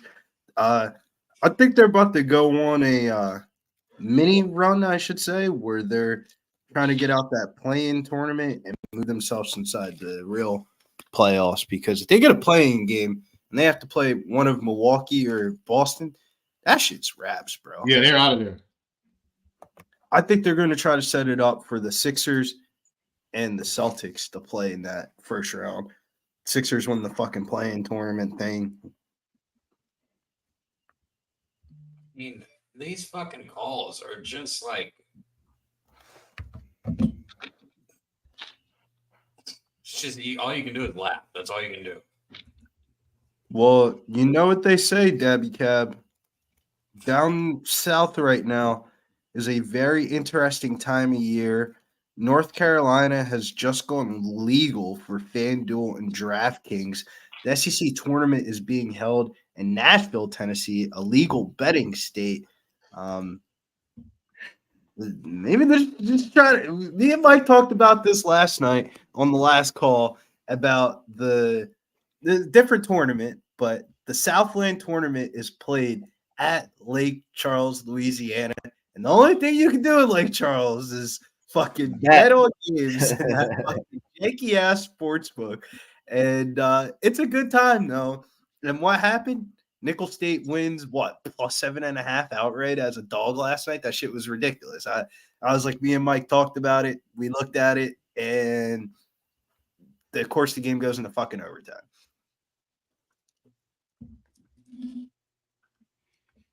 Even on a back-to-back, got it back to Pacers third quarter. You on Texas Debby. Edge with the quarter bets is interesting. Yeah, Demetrius Alexander, if you're betting on the quarter bets, what I've learned is you just want to back certain teams, kind of how LJ was talking about the Pacers. You just want to back, like, have like 3 or 4 teams circled that just like, it's kind of like the Warriors in other years and past years. You always bet Warriors in the third. Don't bet them in the first half. Bet them in the third. Or if you're waiting around too much when Steph Curry subs back in the beginning of in the end of like the 8-minute mark in the fourth quarter is what I've learned. If you bet a Warriors game and you want to bet them live and you want to get plus money, you bet it when Curry's on the bench. If you want to get it minus money, you wait for Curry to sub back in. Hey, Mike, you see Jaden Dern's rebounds? Yeah. How many rebounds has he got tonight? God damn. I should have laddered that shit. Smash. 18 boards for Dern tonight? Sheesh. Yeah. Dude, What did you say? 12? Was it 12 and a half you gave? 12 and a half, yep. Should have laddered it. How many At least double-doubles in a 15. row? God. Because Jokic had 17, so I should at least took it to probably 15. At least. It's all good. It's money. All right, boys. Well, 9 o'clock's about to pop off here. We got Michigan State, Penn State. This line's at 7. It went up to 7.5, but it came back to 7 for Penn State. Feels like a lot of points there. La Tech, Middle 10, -9. We got this first half, -4.5, -5s. I got -5. Stanford, California. I don't give a fuck. I took Stanford. It went from -125. It's now finally moved to -135. So that's kind of a positive situation there. Utah Valley, Cal Baptist. I'd love to hear Dabby's spot on this one here. Cal Baptist, Utah Valley, Dabby. It's on you. Take it away. Oh, you're muted. I'll give you something else. If you had to twist my finger, I would actually go with Utah Valley. This Cal Baptist is going to be without Dominique Daniels Jr., who hasn't played in the past 7 games, and Cal Baptist has gone 2-5 since he's been out of the lineup. He's like one of their leading scorers. And Top Phillips got the Utah fucking Valleying at the right time of year. They've won 7 of their last 8, 64th best defense in KenPom's ranking, and they've held opponents to only 47% from 2-point range, which is top 60 in KenPom rankings, and 32% from 3-point range, which is top 80 KenPom rankings. This game sounds like a fucking straight under, though. As I look at it, the team that's a dog doesn't have their best player. The team that's favored plays a shitload of defense. Mike, did you bet the under or did you bet Utah Valley? No, I went Cal Baptist. I took him on the spread plus 5.5. I got the money line too in this Cal Baptist spot. These two fucking teams suck. I got to tell you, listen, I said this today, Billy. When I approach these conference tournament games, I look at 2 things. I look at the under and I look at the dog. And you got to be fucking hard pressed to take me off this dog. And in this case here, these teams suck. So, Cal Baptist plus 5.5. I like what Utah Valley did to finish the season off for sure, but I got to point this out. Lake Charles is at it again. Buyer beware. McNeese State was up at 16 at the half and up 21 with a minute and 40 seconds left. A minute and 37 seconds left. And they did not cover the fucking spread. They're up by 21 with a minute and 37 seconds left. No, it wasn't. The line was 16.5. They did not cover. You talk about Lake Charles. Lake Charles is ripping money out of people's pockets. Man, fuck that sports book. Debbie, I was just kidding. We don't need you to talk about these mid-major games. We'll talk about them. You can come back. Shouts to Smoke and Mirrors. This is a 1-year member with Mikey and Billy Suchin doing great jobs as large influencers at PSR and being so close together. Has the East Coast PSR event been considered? Yeah, man, we've been considering. Yeah. We've been talking about Atlantic City for years, but it just, I had my bid in there, and my bid was not strong enough to get Puppapalooza changed to Atlantic City. I'm down, man. Atlantic City's great. That's a lot of fun. It's a tough, but they were talking about going in the winter. Listen, yeah, really, but I'm not going to Atlantic City during the winter. No, fucking spent 10 years in Philadelphia. I went to Atlantic City in the winter. It's a fucking barren wasteland. You can borderline see those little tumbleline weeds rolling across the fucking boardwalk when you're dead out there. ass though, Mike. That is a great comparison, bro. Yeah. You go to Atlantic City during the fucking wintertime, A, you're probably gonna get fucking robbed. Yep. You know, and B, the border of Atlantic City shrinks so much in the wintertime. Like, you know, in the summertime, it expands a little. You can go a block or two and you're good. But in the wintertime, man, you go to the right instead of the left. You're getting mugged. You're getting fucking dealt up. You're done. What's the one casino? I think it's the only casino in AC that you could play poker at. And like the back door is literally like the fucking boardwalk. Is it Caesars? It's either Caesars or Harris. Whatever, Yeah. it's like the only sports book that has like the you know how like the sports books have the poker games and shit like that. I'm Only one thinking, in Atlantic City that has like the poker games. I'm thinking Caesars because one of the last times I was there, my boy and I went out there. We played some blackjack and won a ton of cash. And then we were so drunk we were slapping each other in the face. And then all of a sudden we ended up in the ocean. And I don't remember what happened. I just remember being in the ocean after fucking winning a ton of cash. I don't know what. And then we stayed at some fucking motel outside of the strip there, and it was not pretty. Hey, you gotta get the best bang for your buck. And I'll tell you one thing about Atlantic City: Saturdays it's hard to get a room for a good price unless you pre-flop buy it. I like what is it there? The Borgata. I'm still a Borgata guy. A Borgata! Fuck that sports book, though. They're fucking a bunch of bitches. We played They gave us the dumbest prop of the year, the Rick Barry special. Steph Curry to hit a 30-plus foot three-pointer. We smacked them for it. Been banned since. I don't like getting banned on sports books because you're limiting out of my BetMGM fucking odds, who usually have the best odds for like random ass shit. And we're going to have a little meeting down there next month with the Borgata Sportsbook people and talk about, can you get Bill back in there? I mean, Victor's coming around the corner. I mean, when's the last time you've heard the LFA is great and all that, but they don't have any fucking sportsbook sponsors. So when you live in a legal betting state, the league has to be sponsored by a sportsbook. So PFL is sponsored by DraftKings. Bellator sponsored by all of them, so on. So it's like, fuck, man, you guys are limiting me out of some fucking money, man. So Borgata, great place to go, but don't bet those fucking specialty props. And if you do, just put a little $20 on it. Don't put a fucking 100 on it because they'll fucking ban you. Real Stoney says wild times with Mike M. Listen, Real Stoney, I'm not talking about a couple $100 winning on blackjack. I'm talking about a comma. Vanderbilt just tied the game. Comma. With 1 second left. Who? Vanderbilt tied the game with 1 What second. happened? We were fucking stopping. They were up 6 Yeah, points. it's 78-78 with 1 second on the clock. That was a horrible update for us. Yeah. Tell us Syracuse lost. Came back for that.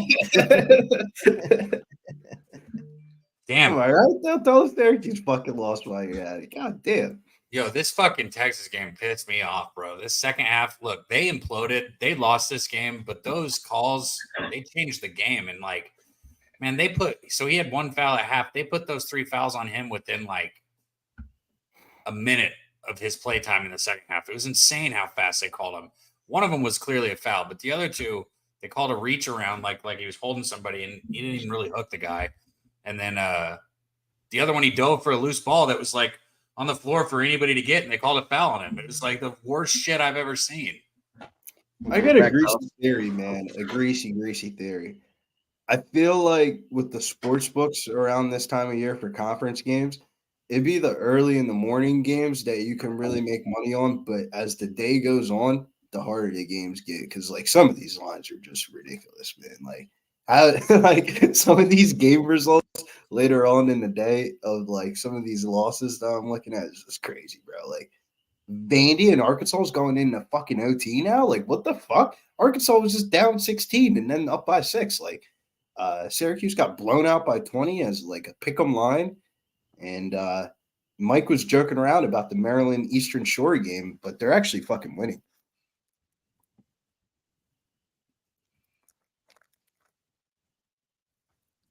Every whistle changes the complexion of every game. Yeah, nah, Justin McElveen, you know how it goes. If you ever played sports a day in your life, especially like a game like basketball, and you feel like the refs are like the body language changes. Everything changes so quickly.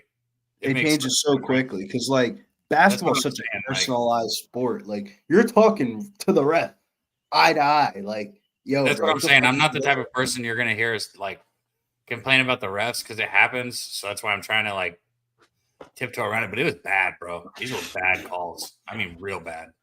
It is what it is, though. Do they have the women refs in college like they do in the NBA now? Nah, they would fucking crucify college sports if they did that. Really? Dude, I heard you talk about that last week, LJ. I don't know what I was doing. I think I was doing this, rolling up a blunt.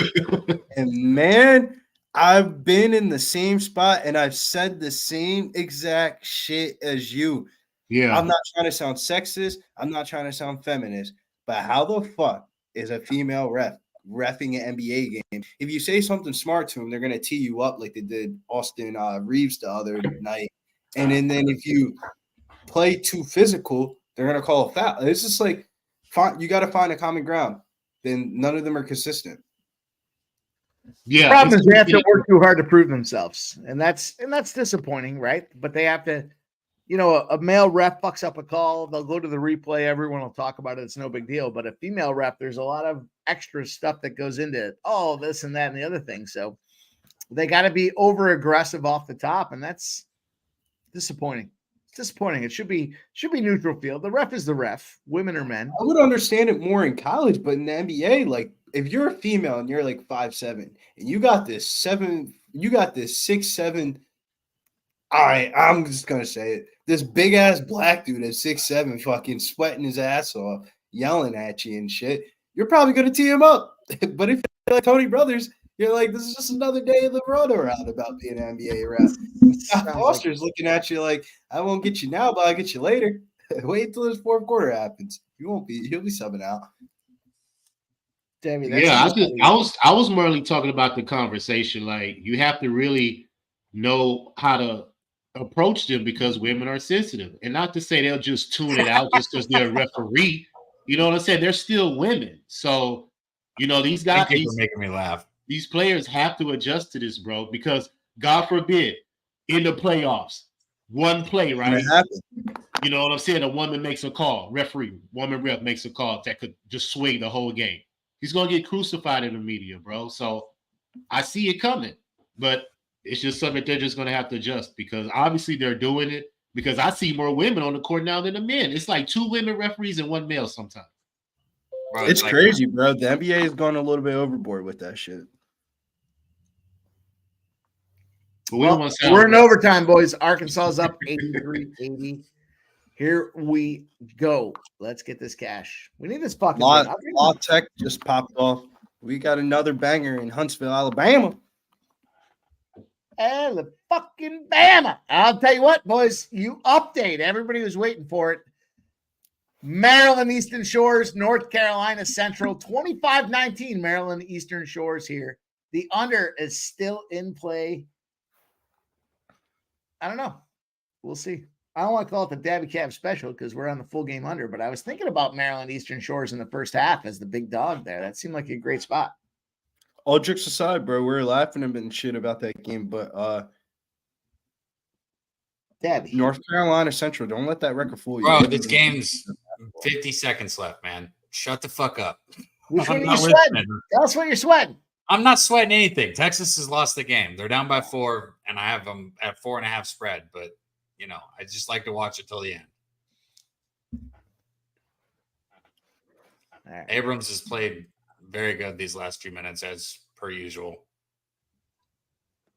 I'm a little bit nervous, Mike. They're swallowing the whistles in this game. Down by 2. There's 30 seconds on the clock, so they're down 2. Which one? Billy? K-State's got no shot clock. Maryland Eastern Shores? No, La Tech and Middle Tennessee State. They're not cold. It just popped off. It just popped off. They we just drove the we lane. got Arkansas. Arkansas's up 87-81. I'll tell you what, I would not be upset if they cover my full game -6. Let's go. 87-81. That's how bad Vanderbilt is, by the way, boys. It's a gift when you see a fucking team 0-18 against the conference in the season, and they're out there 2. Well, I guess it wasn't more. It was more than 2, but at halftime, are you kidding me? Let's go. Give us this Arkansas money. They're up 7. They're up 7, a minute 37 to go. Arkansas, Vanderbilt. But DabyCab, though, let's look at the positive, though. I'm saying let's look at the positive, though. Your cap in the first half, though, was correct. You just ended up taking the wrong bet, but the first half cap was correct that they were going to be up at the half. Like, granted, it doesn't always work out like that, but there is positive. He lives in Texas, though. There's a little homerism in there, but I appreciate the first half. Maybe you mean there's homerism in there? I hate Texas as a fucking college. What do you give a fuck if they lose this game? What fan are you? I want them to fucking tie it and go into overtime, bro. It happens. I mean, I'm not sitting here saying I think it will, obviously, but I can still. Would you rather them go into overtime knowing it's a team you don't really care about, that they can get? Yes, I want them to go into overtime, and I want them to cover the fucking spread and win my bet. The fuck? I'm with you on that. I'm excited. I'm excited about March Madness with you boys here. It's gonna be a lot of fun. Yeah, I wish I was going in fucking person. I told you, boys, I have something you should get involved with, but you guys are too pussy. And you know it's in San Antonio next year.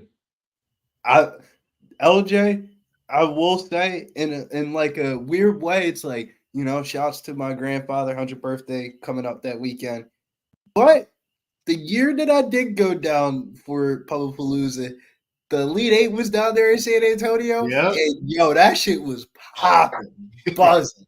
I'm talking about you go down to the Riverwalk, you're walking into Juwan Howard and the whole team. Like that shit was popping down there. Like I'm popping next year. What are we doing? Yo, throw the fucking ball. Pubblepalooza 4 national championship. Well, not the national championship. Elite Eight, right? Yeah. We'll get something. I think it's every 3 or 4 years that they come back to San Antonio, and I don't blame them, man. The vibes in the arena and everything, it was nostalgic, I would say. There was a nostalgic to it because it's like there's really no home court advantage. It's really like the different like way the stadium gets sectioned off. It's like, if anything, I feel like we only saw like really Houston fans in that second game, but they all poured in all late. Yeah. We got free fight night at Pubblepalooza. Free fight night? What is that? Nunya. Nunya gonna be lit. Hey, did y'all know if Slaughter secured that box for the Spurs the Suns game? I didn't More hear than likely so. I didn't hear anything about it, but more than likely so, though. Jeff's got pulled in that San Antonio Spurs stadium. He got season tickets in that bitch. Well, I'll tell you what, LJ's got pulled. I learned that today. My guy's a fucking player. Nah, the first time I linked up with Jeff said, y'all want to go to a Spurs game? Next thing you know, we right at the Spurs game. Like, he got pulled in that bitch. I don't know who the fuck you know, but you know somebody that knows somebody in that fucking stadium. Hey, well, if you come to Houston, we'll be just like that at a Rockets game. I can walk you right in with my media pass. Here you go, sir. He's with me. I want to go and watch. It's awesome. It's awesome. I want to watch a Rockets versus Dallas game next year, man. That's definitely on my bucket list because those 3 teams of Houston, San Antonio, and Dallas, there really is like a rivalry between the teams that you don't see usually in NBA sports like you used to. Yeah, I take my wife to see Luka every year. That's her favorite player because she knows when he's playing, I'm making money. Play. No, I'm making money. Yeah, you go up when Luka shoots them shits up, he's playing. So she knows, she gets happy when she sees him. Only knock on the kid is if he wants to ever do anything long-term wise, he's got to learn how to play fucking defense. Well, I guess it was a bad call for this Pacers third quarter. I opened my mouth. He got shot right in it. The night that I said online, they don't hit it, but 23-9. Now it's 23. No, they down too much. They're not going to hit that third quarter. They got to go on a massive run, and I doubt it. They can still win the game, though. I still got them winning the game, though. Miami's keeping it close, though. Miami is keeping it close.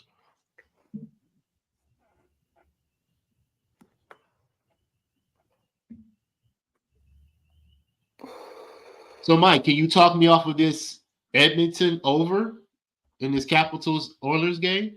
Yeah, I took the under. You took the under. Why'd you take the under? Yeah. I'll tell you. You took the under. Washington's not going to score. We're not worried about Edmonton, right? Since you asked, I will tell you. I got 3 plays for the NHL tonight. And the NHL for me is beyond fire. With that being said here, high level. Washington's goalie's rested.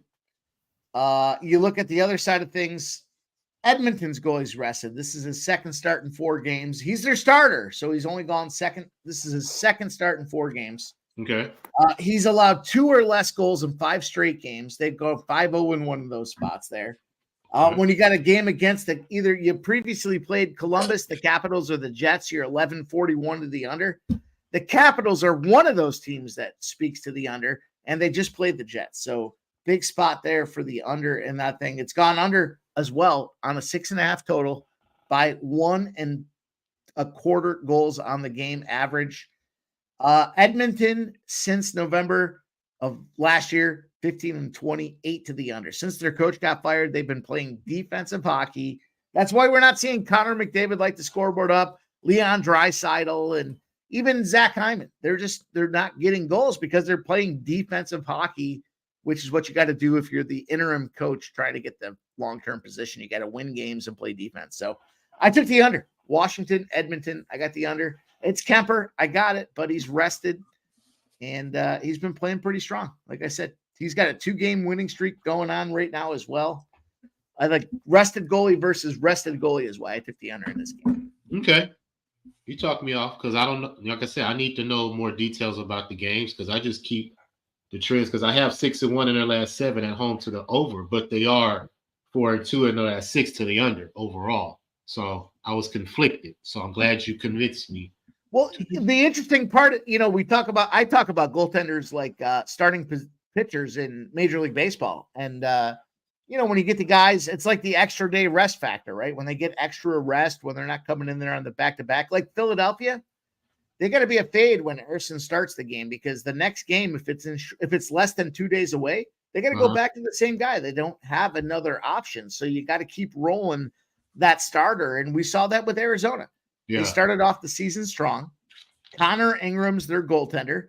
They fucking ran that guy for like 20 of 25 starts before we even got to December.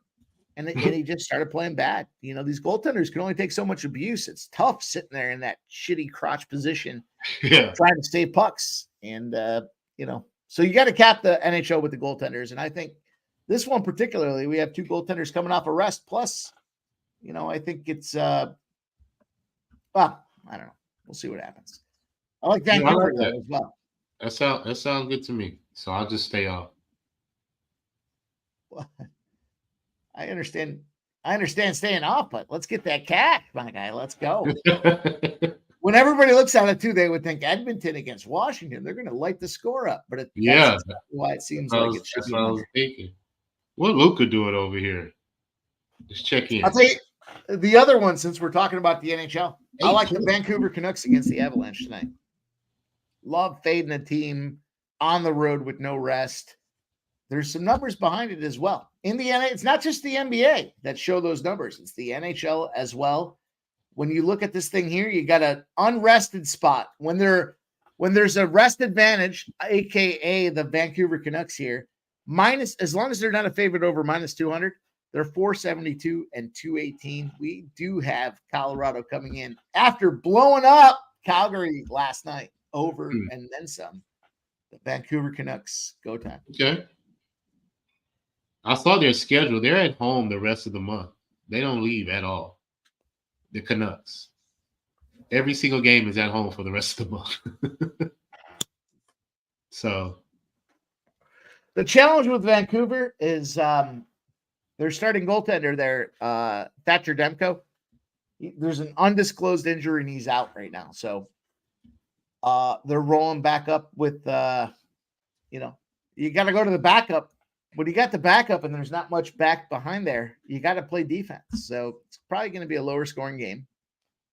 And because Colorado's on that second end of the back-to-back, you gotta roll this Vancouver spot. So seems like a low juice spot, but what up, Tone? In the building. What'd you tell, Nasty Nate? What'd you tell? I don't think did we lose anything yet? Is Tone, are you coming to Pubapalooza, Tone? Oh, hell yeah, I hope so. I didn't think about that. Like for real. This weekend for Pubapalooza that I ordered. So what's the flavor, Cap? There's two. I think I got a couple strains this time. I'll send them to you as soon as I get them. I gotta look again. He sent it to me. I gotta double check. I forgot. I mean, I had choices, obviously. Well, I'll have a backup. I think one of them was like orange push pop or something like that. I don't remember the other. That orange push pop's good. I've had it before. Yeah, I have a nice little stash too, just for some backup. Oh yeah. What up, Stimmy OG? In the building. Stimmy OG. He's in the song too. Yeah, Nasty Nate. I'm on the Canucks. Stimmy, Andrew G, and AOD. Who is that saying? Nasty Nate says, I just tell that Mike Soet's a loss. Get the fuck out of here. I don't believe it. There's some guys I believe in that, and you're not one of them, Nasty Nate. Get on dressed my like side. an orange push This pop. guy. Nasty, he said I'm dressed like. Bro, they don't got lines for like fucking shit tomorrow yet. Where are these lines at? Why aren't they out yet? Because the games aren't over, Penn bro. The State's up Pac-12 isn't 8-7. even. The Pac-12 is going off at like 11:30 tonight. Yeah, but a lot of these games, they already know what the matchups are. Like, come on, where's our fucking Yeah, line? but even some of these East Coast teams are still popping off late. Or Central Division, I guess, not East Coast.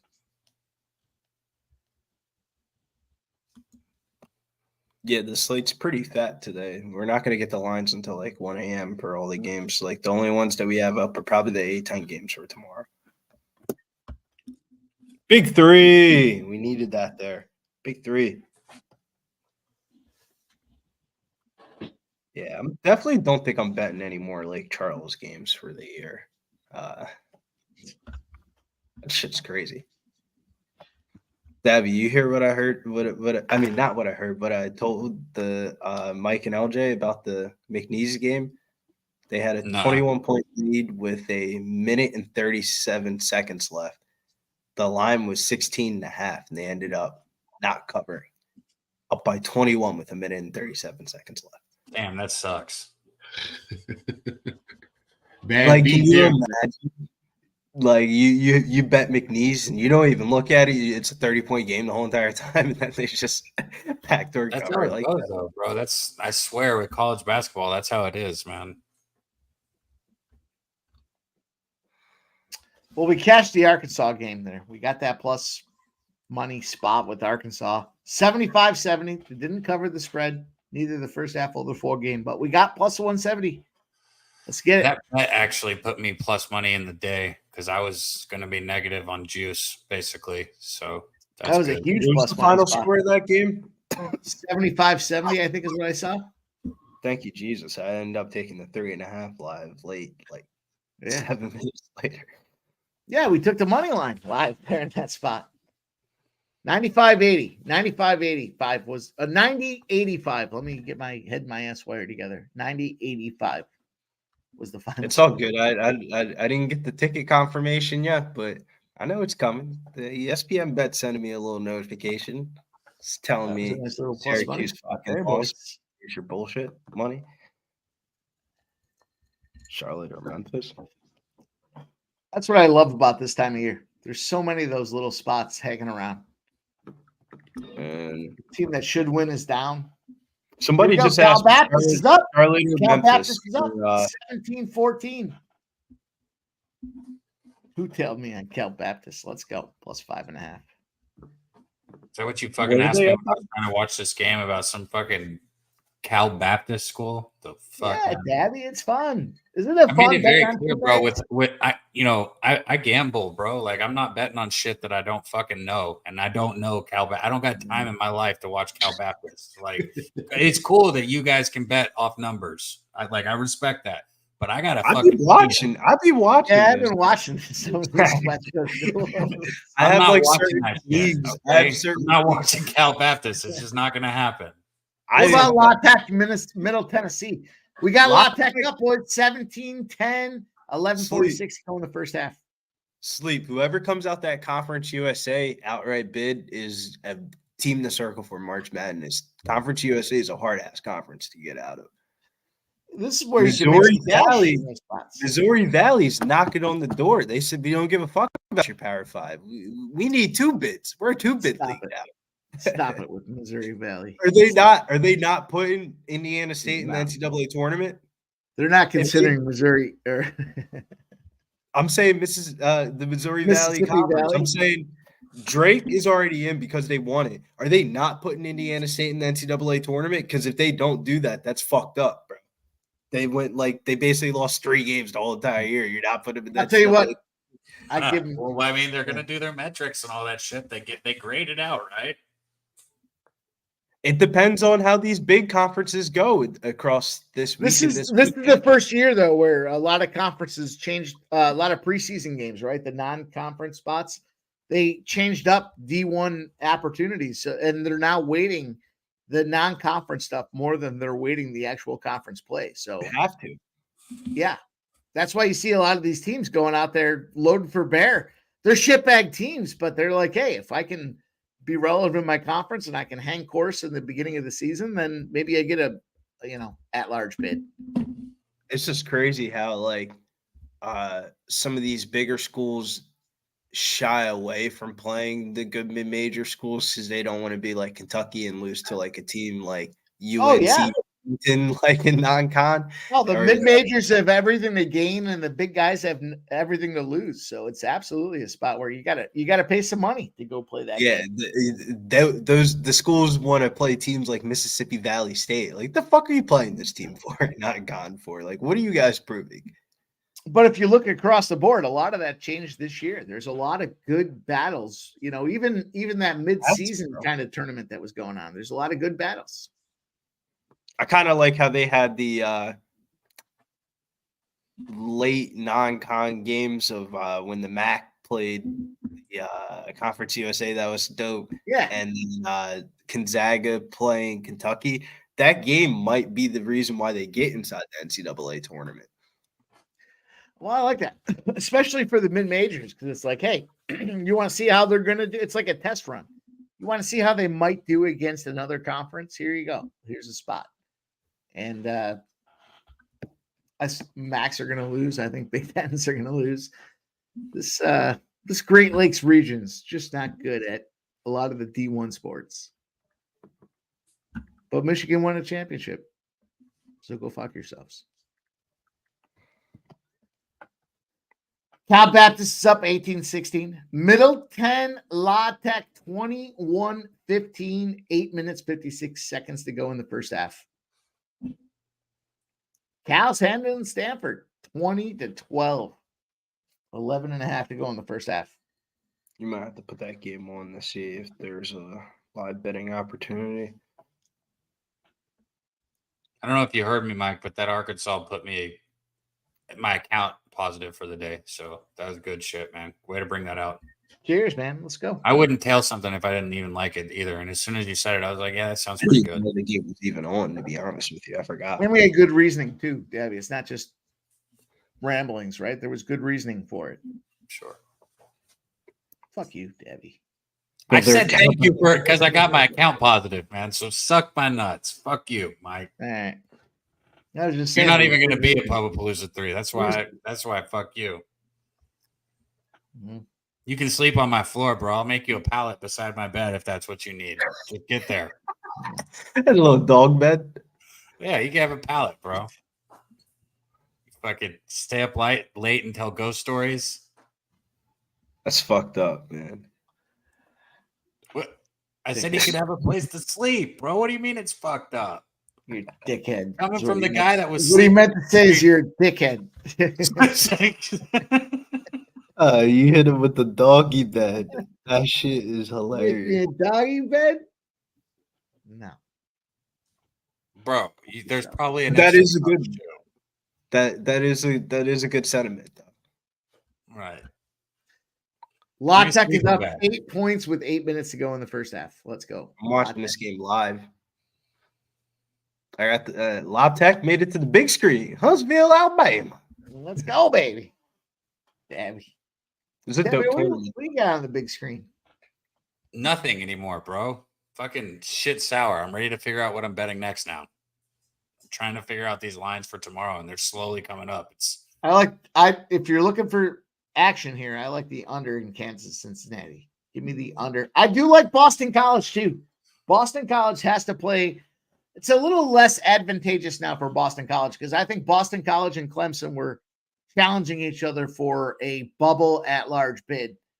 But if Boston College gets roasted right now, that's going to put Syracuse back in play. So BC plus 7.5. They got to come out here and they got to be competitive in this fucking game. They shoot one of the best 3-pointers in the conference as well. I like Boston College to get the job done.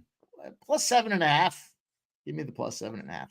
9:35 start, 8 minutes.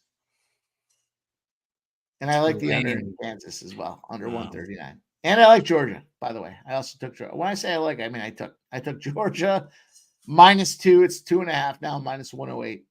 I got Kansas under 139.5. And I've got Boston College first half +4, DabyCab special, and plus 7.5 full game. Bro, I kind of like A&M first look through. I'm gonna have to look more into it, but they just beat Ole Miss pretty bad, and I think they can do it again because they never win by shooting. They only win by defense, and that they can repeat. Debbie, I just stretched it out on the table. What are you going to do with it? Let's go. Put your wiener on the table? Is that what you said? Bro, put that little thing away, bro. You're going to poke somebody's eye. Get out of here. What do you guys think about Boston College Clemson? Starts in 8 minutes. This got to be something. That's what is the spread on that right now? 7.5. Conflicted on that game. I hate Clemson. I think they're such frauds. I've said all year, but I agree with that too. And I think the motivation for Boston College, they've done well on the road. They're not great, but they've done well in the conference as well. The ACC, should be some conference bids for these guys. And why not go out there and Clemson? They don't have to win the game, but let's say they lose. That's the only thing I do agree with you with is like sometimes these Power Fives get real relaxed in these fucking conference games and shit like that, and they're like, all right, we already got our out-large bid. The fuck are we really care for? Let's stay healthy. Yeah, should be pissing me off, man. Pissing me off. Needs to not do that. You got to take fucking Georgia over Missouri. Just on principle of the athletic program in itself. Get out of here. Detroit, Toronto, under cash. Bro, here we go. Here's some numbers on that. Who won the game? So in the two games that A&M and Open. Oh, go ahead. Score? 113, 104. Oh, really stretching it out for me. Go ahead, whoa. Sorry, So Debbie. No. I'm just saying for tomorrow. In the two games that A&M and Ole Miss played against each other, A&M out rebounded them 92-55. That's a huge fucking disparity in two games. Be hard pressed for me to bet A&M on anything. So, Cam, on Monday, what leg lost on the parlay? Not mine. Not mine either. Yeah, I was saying not mine, and everybody gives me shit, but not mine, and that's 3 times in a row that not mine is my answer. I think my Vucevic was a Vuce. I don't remember. Whichever guy I had didn't get there. I think he was. So it was you. If it makes you feel better, Mike, 2 people missed. It was. Well, I don't think it was I don't know just me. who the other 2 were. I'm but sure it wasn't just me. Yeah, there was one other person. We always go positive, man. I think What, T you missed. He motherfuckers said won and I Wemby lost? blocks. Yeah, Wemby blocks didn't hit. That was versus the Rockets, right? Yeah. Yeah. He got 2 and he needed 4. Yeah. Oh well. Bro, that's it. They were giving me shit. Wham was giving me shit. I was like, bro, I'm just saying, bro, they hit, and I'm gonna hit it again today. So That's cool that you take it. So what if we do hit? Are you gonna share the money? You just gonna keep it for yourself? what do you mean? Is it you guys can bet it too? What the fuck? What are you talking about? What are you saying? I'm putting $25 on it each time, and I figured I'll run it for like 10 to 15 times, and if we don't hit it, fuck you guys. No, I'm just kidding. Oh man, that's funny. It's been 20-1, 24-1, and 23-1, I think, every time. I mean, we're putting almost 6 of them on there. It should be. Yeah. It's all in fun, though. It is fun.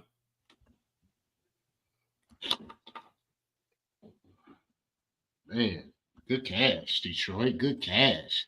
I cashed twice in that game, Durant and the under. Give me my money. Be right back, guys. Now I can jump in this Kings and Lakers game. The Lakers. Let's go. See what I'm gonna do. Oh, I already got LeBron's assist. Let me see if I can cook up a same game parlay up in this piece. Come on, we need a little mini run here. Nice. I'm glad I stayed off that Cavs and Pelicans too, Mike. Cavs handling business. Yeah, bro. Pelicans first game. Yeah. What Mitchell It got? was one of those games. Once Mitchell got rolled in, it was bad news. And Yeah, it was that's what I reverse said. line movement against the Pelicans. Yeah. It was just a bad spot for them. They just got off a long road trip. They're back at the house. They got family and kids and shit. Dying. No, I've been so particular about making sure the line movement, the trends, the fucking situations, everything lines up, and I threw caution to the wind tonight. We'll see what happens. I do like the Lakers, though. I jumped on that Lakers spot. Give it to me. Real Stoney says the Mitchell effect. Yeah, fuck him. But yeah, shout out to Mitchell. Golden State come all the way back here. Golden State. Very rarely does the better team win. It's usually just a team in the better spot because there's so many games in a season and they're traveling and shit like that. It's usually just a lot of like spots. Usually the better team doesn't win it unless you're the Boston Celtics. I feel you, Smoking Mirrors. I'm looking at my lineup. Luka's not doing shit. Go Blues, go Preds, says Steve What G. a Fuck yeah, Steve G. Everybody knows the real money's made in hockey. This other stuff's fun.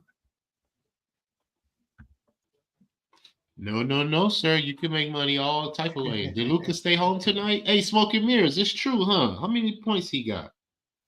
He tripped. Luka tripped. 4 of 11, Luka.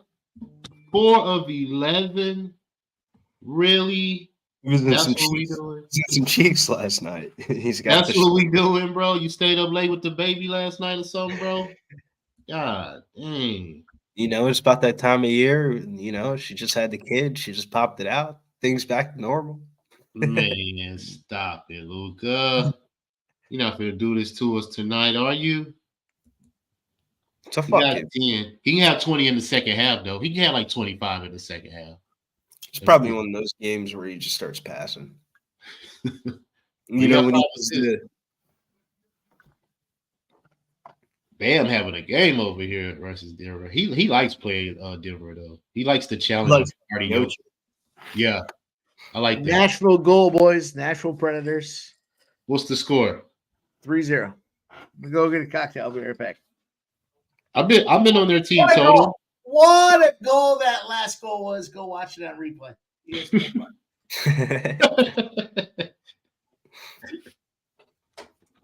Yes, sir. I'm about to get in this Laker game though, bro. Let me see what I can do. What you feeling? You know what they say. Fox, what does the Fox say? He's been saying a whole lot since the All-Star break. He's been going off. Man, he loves playing this team. Yeah, he just came off. He had 29 last night. I played the points and assists. I'm thinking about just straight up the points today. Well, and is Kevin Herter out officially? What's up with the Kevin Herter and Keegan Murray shit? Yeah. They're two shooters, huh? Yeah, and then Monk might be starting. Oh, that's gonna throw everything off, though. I don't like that. Yeah. So the Kings starting lineup tonight is De'Aaron Fox, Ellis, Barnes, Murray, and Sabonis. Keon Ellis will start for Kevin Herter. That makes me want to play De'Aaron Fox point prop. He's about to shoot. For real. It's going to be Monk subbing in for Keon Ellis. They played Ellis probably for defensive reasons. Man. What's the deal? What we got? Who else? Magic, Nets. Magic took care of business. Stanford's getting waxed right now by California. Another goal for Nashville, though. Plus 4-0 Nashville Predators in the third period. So you know what that means. Mark Madsen, he was Shaq's backup for the Lakers. Plus 135. Sorry, I'm not sorry, Billy. Most historically known for the fucking minivan. He had the minivan, and Shaq said, "The fuck you driving a minivan for?" And Shaq bought him the new car. Well, he's an alumni of Sanford, and he tried to get the head coaching job there. And he said, "We love you, Mark. Your number might be retired. You ain't about to be our men's head basketball coach." You said that today, and I was like, you know what? I never even considered that. And then fucking Cal hired him. And now, like, Cal's not like, they're not good, but they're way better than what the fuck they were in the last 2 years. No, I'll tell you, I never even considered that angle. I love it. I don't love it because I'm on Stanford, but I love the angle. That's so. I just think that's so fucked up. Stanford's probably gonna come back, but that's so fucked up that I would be pissed, man. Your fucking name is in the fucking Raptors in that fucking but he can't make those players go out there and play. He can coach them up, but they're only so good. And Cal's players aren't as good. So we'll see. Stanford's a bunch of fucking bookworms too, though, you know?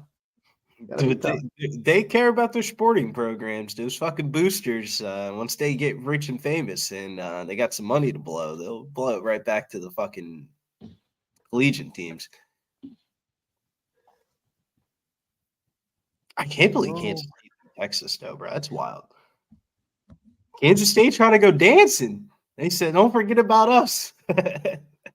You get a couple wins in this tournament, no Kansas in there. Shit, man. You know, BYU and shit, they're probably licking their chops thinking maybe we can make a run at this. Well, let's talk first halves, boys. La Tech, -5, -4.5. Some of you guys I got 5. You guys got better number than me. 25-20. 4 minutes to go in the first half. La Tech is up right now against Middle Tennessee. Some of these tournament games tomorrow are fishy as fuck, man. BYU, Texas Tech, that's going to be a banger. 12 o'clock is my body's not ready to watch BYU versus Texas Tech at fucking 12:30 in the morning. Oh, my God. That's going to be a crazy game. Boston College, Clemson, 7-6. Clemson's up 4.5 minutes into the game. 7-6. Looking like an under. The land down under. Reminder here popping off. I took the Kansas game under. I took Georgia. And I like Montana State. Well, that's a later game, but I'm taking Montana State to fuck these boys up in Montana. Let's go. The Big Sky Championship, Billy. You don't believe in the Cinderella? Put that shoe on your foot, baby. Let's go on dance. I actually generally, you could pay me and I'd probably do a lot of things, but you couldn't pay me to bet the fucking Big Sky Championship right now. No, we got 6.5. We got a team that's been balling. They're playing Billy B offense, baby. The most unpredictable tournament. They can't get the totals right. They can't get the spreads right. Them bitches have been way off. God bless anybody who has the balls to bet that tournament. Yes, plus 6.5 for Montana State. And I'll have to look at it, but it was like plus 280 for the money line. Let's go. Montana State, baby. Why not? Why can't they go dancing, Billy?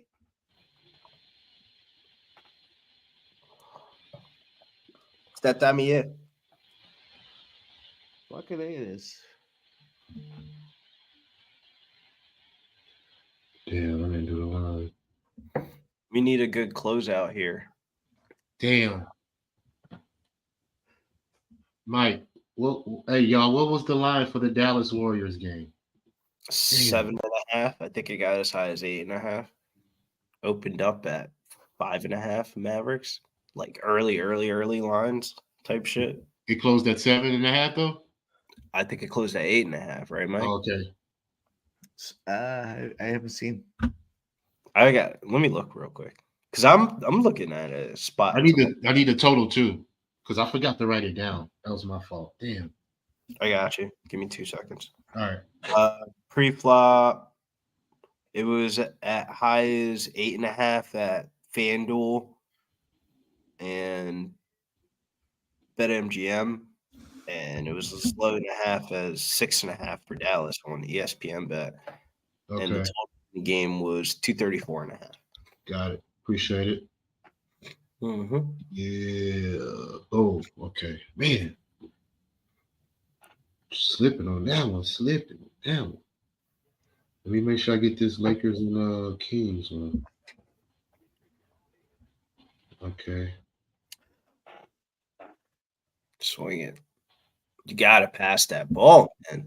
Damn. This is sweat here, man. 5-point game here for Middle Tennessee La Tech. Yeah. I'm glad you're sweating the same one as me. Let's go. Need this first half. We're right down to it. We're right down to it, but point guard got a point guard. You can't run 3 pick and rolls and then fucking jack up a shot. You got to pass that bitch. Share the rock. Share the love, baby. Eesh. Big 3-pointer there. 2-pointer. 2-pointer. What is it? 3? 2? Whatever. Fuck 'em. What's your score? I got 29-27. Oh, I got 29-24. So damn. I'm pretty sure that was a big 3 that Middle Tennessee just knocked down. No, don't tell me that. Yeah. It's not the bad. I don't like it either.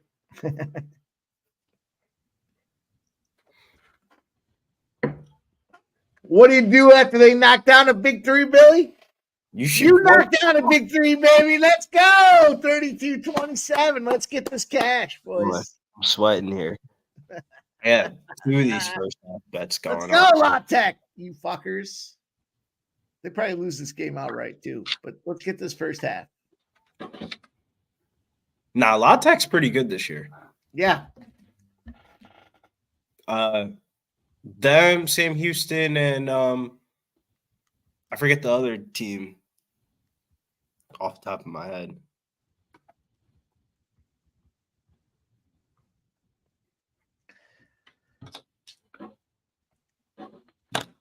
Oh, there it is. There's La Tech. Yeah. I was going to put that Utah Valley game on. Western Kentucky. Support the DabyCab. Really fucking good. I think it's like a dead 3-way tie between those schools of like who's the best. Damn, Pelicans getting drove out here. Yeah. Oh, they're Fuck you, Mike. Fuck you, Dabby. I'm fucking sweating. I know you're there. Let's go. I'm 30 eating seconds food. to go. Get some points, La Tech. Big 3 attempt. Big miss. Rebound is on La Tech here. They're trying to draw the clock out. 16 seconds on the game clock, 18 seconds on the play clock. So let's go. 10, 9, 8. They're just going to try to dribble. They're going up to and the dickhead fucks around with no time left. He misses the outside shot for the 3. 6.8 seconds left in La Tech Middle 10. It's Middle 10's ball. What a dickhead. How do you drop that? But that was a shitty pass, though. I'm not going to lie. It was a shitty pass. Yeah, but it's a dickhead. Pass it where the person just catches it and shoots it. This motherfucker threw it between his legs playing fucking ball. All right, well, at least I pushed the -5 after that. 32-72. If you got 4.5, you cashed. Good for you, but I pushed. That was sweaty. That was sweaty. We're that at was the buzzer sweaty fuck, dude, and that asshole blew it with no time. What a dick. Motherfucker bobbles the bitch and starts cheesing like in the first half push. What a dick. That's why I have a burner account. We'll see. We'll see if it matters. See how much I get fired up about it. But that's a dickhead. Fucking out of bounds. He did smooth drop that ball for no fucking reason. That was wild. Penn State's up 30-20, a minute 26 to go. The old special here. Cal Baptist is down 30-28 at halftime. Everybody wanted to talk about it. Here we are talking about it. 5.5 is where the line opened up. It's still sitting at 5.5. It's juiced at Cal Baptist, though. Money line might be in play. La Tech Middle 10. That fucking scumbag screwed us on that first half cover. Stanford Cal 35-27, 3:20 to go in the first half. I'm going to tell you what I'm going to do. College is up 18-9 against Clemson. Fuck yeah, let's go. We haven't even gotten there yet. I'm going to take Stanford, though, plus 220 on the money line. I'm going to take them right now before I finish off this recap. Take a 2.5 spread. 5.5. Yeah, I think they're going to win. Boston College is up 18-9. Let's go, Boston College. And there's Georgia, 6-3 over Mizzou. I like this Kansas game. I like the under. It's about to pop off here a couple minutes. I'm on the under in that game. You got to be rooting for Montana State. Who the fuck are you to be rooting on the? I don't know. I know some of you guys are on Montana, but it's Montana State, baby. Cinderella, put that glass slipper on and go to the ball. Let's dance. Let's get this thing going here. The score of that Missouri game. I want to bet. I want to bet Missouri over UGA, man. Mm-hmm. Do what you want with that. Don't do it. Money. Don't do it. It's a new season for them. I think they do get it. And I think the dub comes in tournament season time. No, don't do it. I think I'm going to be live betting Missouri State once why don't you live bet fucking Stanford? Fuck that Missouri game. You're going to lose that one. I don't say that very often, but I feel confident about Georgia in this game. Dude, Missouri. What about Missouri? Didn't register. Missouri's, aren't they 0-18 in the conference? Yeah, but their non-con games aren't bad. Like, they have some good wins this year. And they're going to come out there and they're going to beat Georgia. You're saying? They beat Minnesota at Minnesota. They beat Pitt. Big 10. Put a big discount on that one. Percentage sign 50 equals. Denver cash. What's the final score of that game? 100-88. Damn, they cash. Like, no. Yes, sir. No spread. Why do you guys think the NBA has been going so dramatically under lately? What do you think's been going on? It's 10 in the year. People play defense. Yep. Yeah, but I guess post All-Star break, everything since then has been jockey for position. Yeah. Yeah, this is the time of year where like coaches are trying to, solidify that rotation and trying to get some type of rhythm and consistency throughout their lineup before it becomes a little bit too late in the year. And this is the time of year that you can really, as a player, fuck up your next contract or get a next contract. A person like Austin Reeves last year, post All-Star break, look how he played it post All-Star break. Boy got paid. And then you look at a guy like Tobias Harris post All-Star break for the Sixers. He might be his agent might be flipping through some free agency next year. All right, boys, I'm rolling a parlay. I'm doing it. I don't care. I need him to stop jacking with me and put these goddamn lines out for tomorrow. Tell me I can't do it here. Here's what I'm doing. Whoop. Let me get this last one locked in. All right. Thank you, Mikey. We go to the window there. La Tech. How'd you go to the different kiosks? We have the same exact kiosks, and you went to you had to go to the one by the chicks. No, you got there before me. You No, I did not. Fuck my lineup. No, you went over to the kiosk because it was closer to the food and the chicks. And you should have went to where the fans play instead of pussy ass DraftKings. Fuck DraftKings and their bitch asses. The fuck was up a 5 for a fucking first half line? Fuck DraftKings. Don't bet on DraftKings. We don't sponsor DraftKings. DraftKings is a bunch of bitches. All right, here's my parlay. DraftKings bitches aside. Montana State plus 6.5. Edmonton under 6.5. Vancouver Canucks and the LA Lakers money line. 10-1. That's it. That's all I Canucks, Mike, what's up? What's up with the Canucks, though? I like the Canucks to win the game outright. I gave that one. I told you, boys. Colorado's in a bad spot. What? You going to go to San Antonio next week, in 1 week? Dabby, I'm going to fucking choke you out while you're sleeping in San Antonio if you fucking keep if you get close to me while I'm sleeping like Jose, it's not going to turn out good this time. If anybody gets over me while I'm trying to lay down, I'm fighting. Good news is I feel that vibe, though, Dabby. yeah, who wants someone fucking with you? Well, Jose, Steve G said Vancouver's going to lose. Get out of here, Steve G. Jose was like, I wasn't standing over you. I was like, bro, you were recording me while I was in bed. The fuck you mean you weren't standing over me? Hey, Lucky Power asked me to repeat it. I'll say it one more time.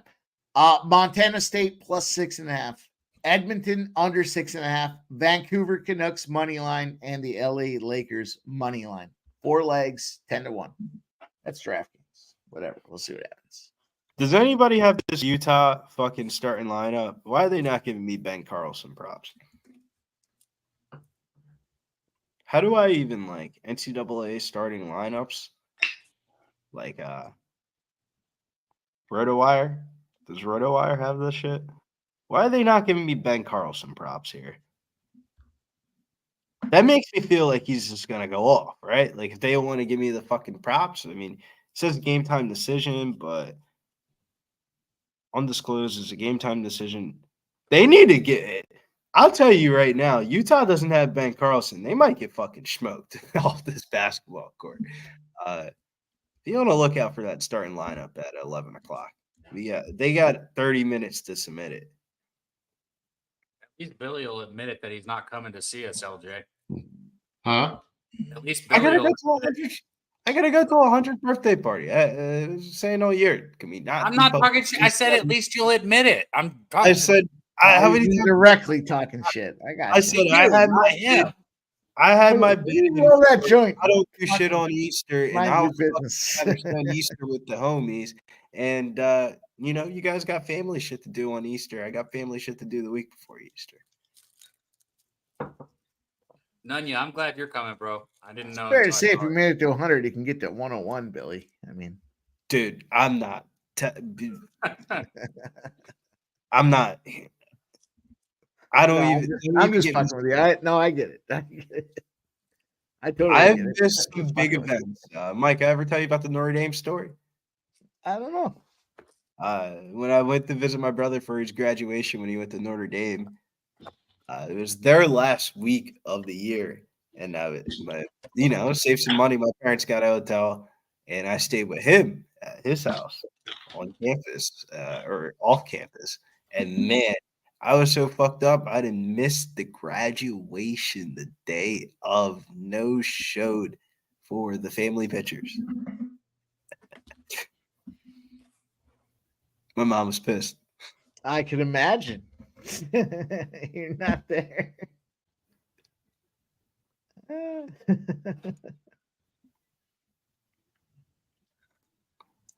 Denver won. Jokic scoring 12 points. I'll tell you boys some stories that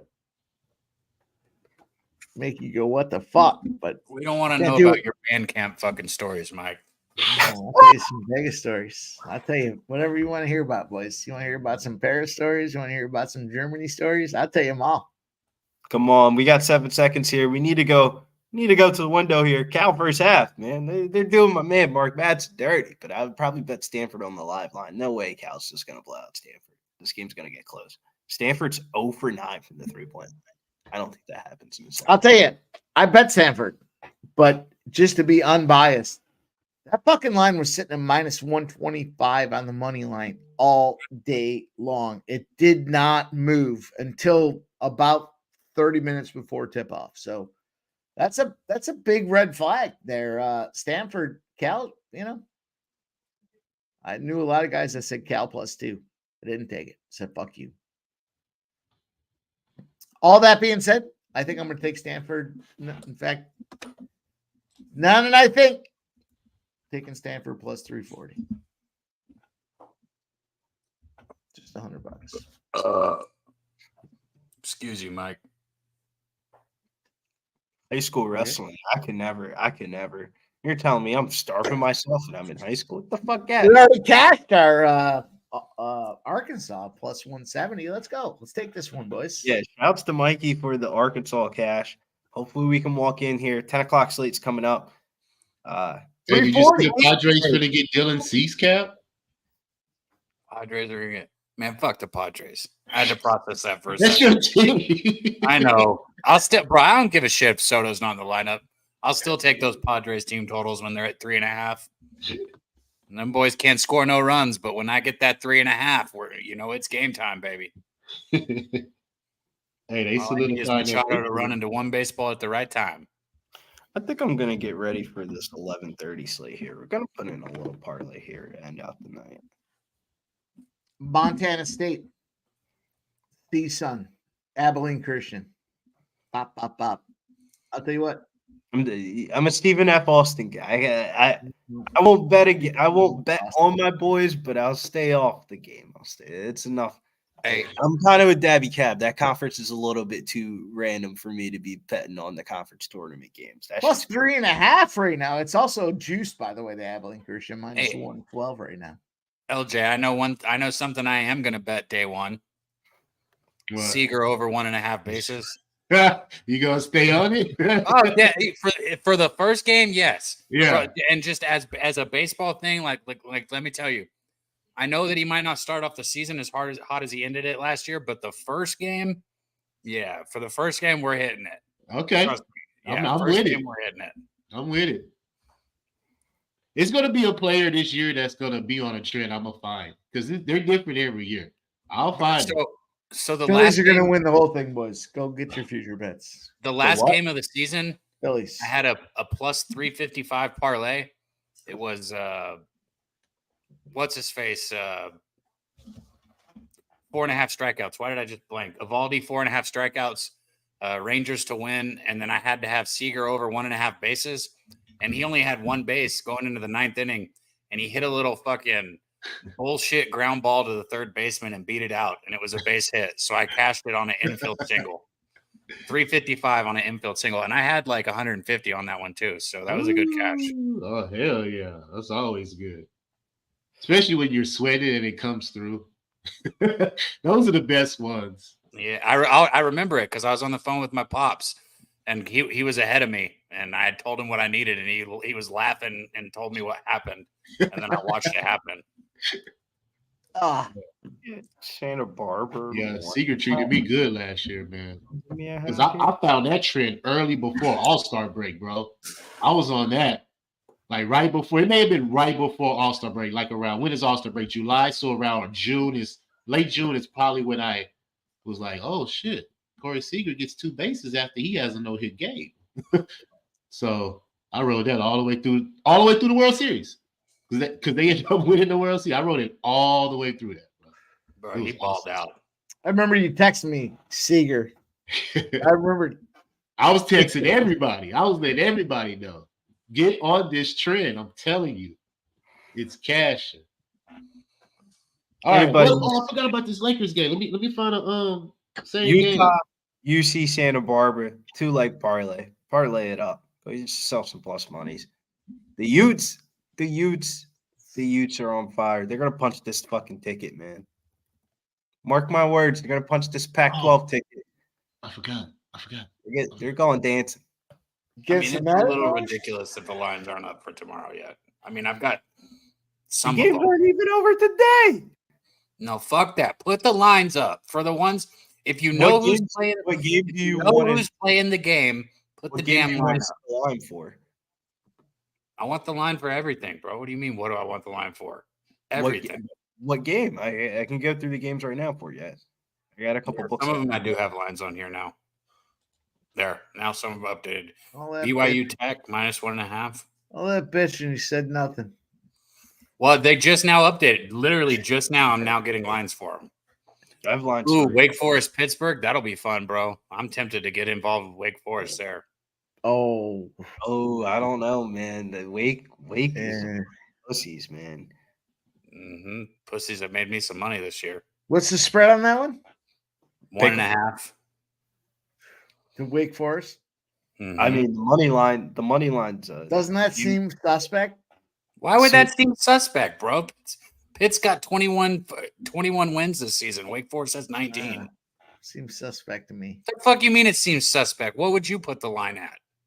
3.5 at least. Yeah. No, bro. I wouldn't have even been shocked if Pitt was favored.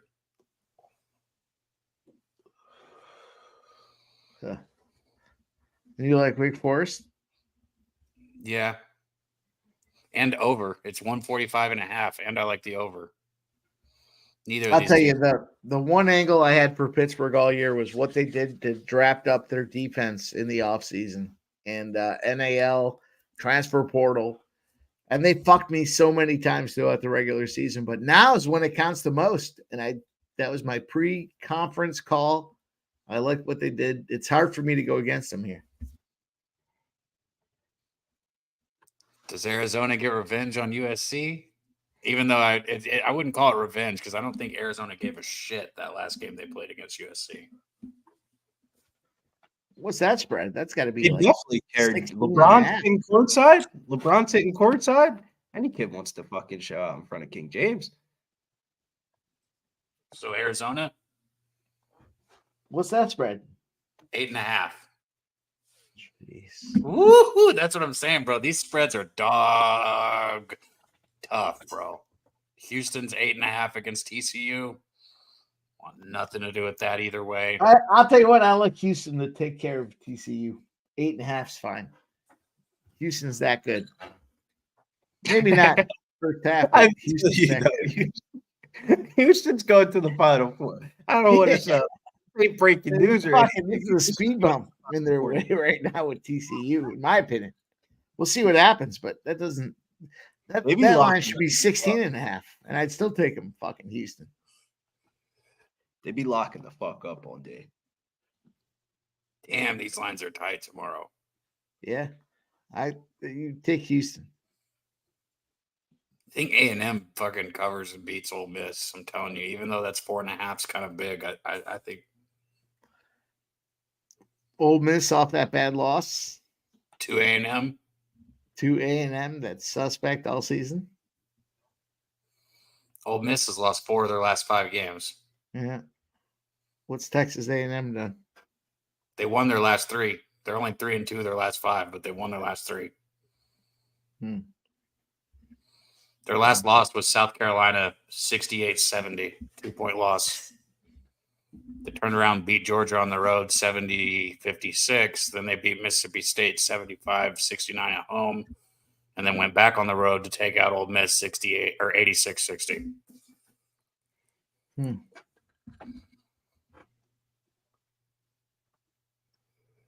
You think Texas A&M has the rubber on the sole there to go deep? Yeah, no, I don't, because they're too bad. They can't shoot. But what I do think is going to stand it. So I said the rebounding disparity against A&M Ole Miss is 92-55 over the 2 games. And if you look, like, A&M's averaging 39.4, which is 3rd in the nation, rebounding 39.4 per game. Ole Miss is only pulling down 30 boards per game. They're 305th. So it's not like that was just like something that happened in those 2 games. One of these teams is fucking really good at getting boards, and one of them's not. You see what I'm saying? Yeah. So that we've seen that huge disparity. And if you look at the season, you see that disparity. Boy, it sure makes it tough when you're getting out rebounded. Like I said this before, I know it's not how math works, but you know, if you're only shooting like 30 or 40% and you're getting 2 shots, like it's a little different. The math is still the math. You're still shooting 34%. I'm just saying if you're getting the more opportunities, the more points you get. You understand what I'm saying? Right. Yeah, I got you. Man, Colorado State and Nevada play tomorrow. That's going to be another fucking classic. If anybody remembers, Lucas hit that fucking 60-footer like a couple weeks ago. Fucking killed our parlays. All right. Same game parlay in, buddy. That's what we rocking with right there. Right chair. Oh, looks shit. good to me. All right. There you go. Plus 425. Yeah. Put it in. I put $20 on it. I'm at the point. I'm up. Let me pop this thing in. Better hurry on up. That game about to start up. For real. They about to tip it off right now. I think you still got time, though. I think they're on a commercial right now. ESPN. Reeves over 1.5, 3. Oh, Bulls and Pacers going in overtime. I got it. Tomorrow's 437 for me. But, whatever. You got a 437. 437. Oh, your book's better than mine. Yeah. Well, it's all the same. No, it ain't. It ain't all the same. It's all good. Luke over here tripping, bro. He missing everything.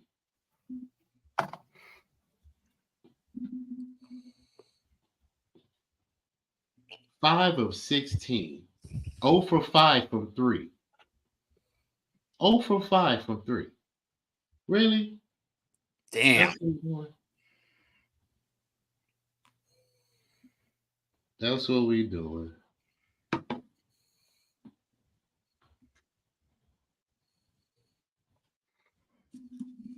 Man, shout out to everybody in the chat, man. Lucky Power, Nunya, Real Stony, my guy right there.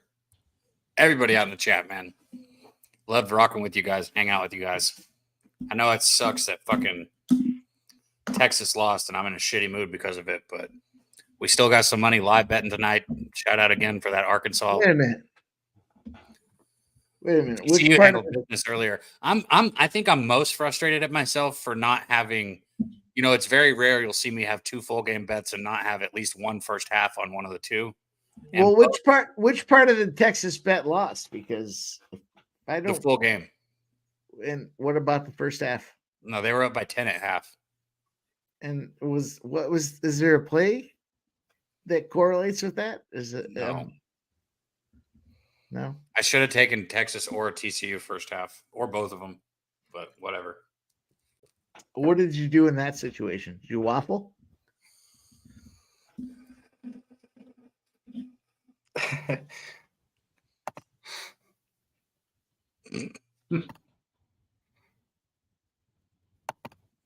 I thought Mike had the keys to the car. You can't start the car, Mike? Yeah, you can put it. I'll start it back up. That's 10-0, baby. That's 10-0. Hang on. Let's see if we got to have something in this fucking old Cadillac we can work with here. Let me find something here. Let's see what we got. You're looking through the CDs. Looking through. Hey, Mike, do you like the Saquon signing with the Eagles? Fucking A, right, I do. Let's go, baby. This guy was part of a top 30 defense. He was terrible, or offensive line, and he still killed it. Now you get him on a top 10 offensive line. And he stays in the division. That's crazy, man. In the division, he was always all ready. that was for Keyshawn Vaughn to step up because God damn, these Dallas lost Tony Pollard to Tennessee. I gotta tell you, I'm gonna speak out of context for the whole thing here. You boys in your fucking videos suck. There's some shit videos in here. Let me find some. What videos are you looking at that are shit? All of them. Press the button on something. I don't even know what. Lord have mercy, I'm about to bust. Well, There you that's go. funny. No, it's not. The view we were in was suspect. I was trying to find something to celebrate the victory. Doesn't even solve the victory's gone. You took it from me with your suspect fucking video clips. These are not. You're in Jimmy and Jose. Yeah, I know where I'm at now. Why do you think I'm there? These other fucking ones suck. What are you doing? What are you doing? No, that's a bad one too. Who even heard of that? Whoa, Mike, before you speak out of context, do not shit on 210 La Chamosa. They actually got voted last year for San Antonio Podcast of the Year, and they'd be doing that shit in studio. So shouts to those chicks down there. One of those girls is like TikTok. So don't speak out of context about 210 La Chamosa. They will fucking speak Spanish to your fucking ass until you say "Cómo estás?" I like Spanish speaking. ¿Cómo está? Let's go. I mean, yeah, let's go. Shut the fuck up. Bro, they won San Antonio Podcast of the Year last year. Hey, me gusta matar a la chica, niña. Let's go, baby. What do you got? Oh. What am I sitting up here in New York not fucking studying Spanish? Get out of here. Hey, it is a cool podcast. I've listened to it before. Yeah, it's actually a really good podcast. Hey, shout out to them.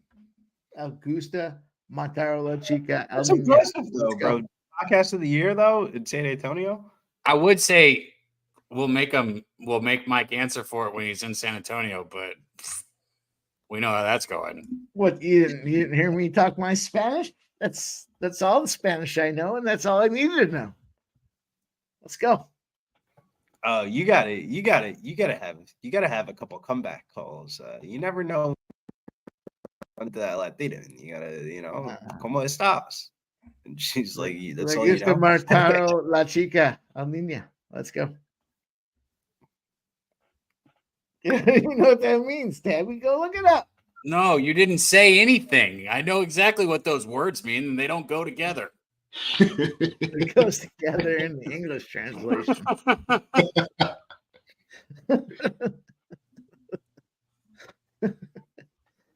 It was a good time, I enjoy hanging out with you fellas. So back to the basketball topic here. You guys don't feel like, I'm a little bit biased because I'm a fan of the team. I will definitely not lie to you here. But you're telling me that just betting principles 101, public dog, Arizona State, everyone's betting the 6.5, and the line still went down to 5.5. The Utes are on fire. Like, come on. What are we doing here? The Utes are about to fucking smash Arizona State. This is the typical conference spot that you see. Team lost 2 games head-to-head wise in the Pac-12. Arizona State won 82-70 as a plus 6.5 dog, and then they won at Utah, which never fucking happens, 85-77 as a plus 12 dog, and this line's 5.5. People are betting Arizona State, and the line's still going down. The fucking Utes, man.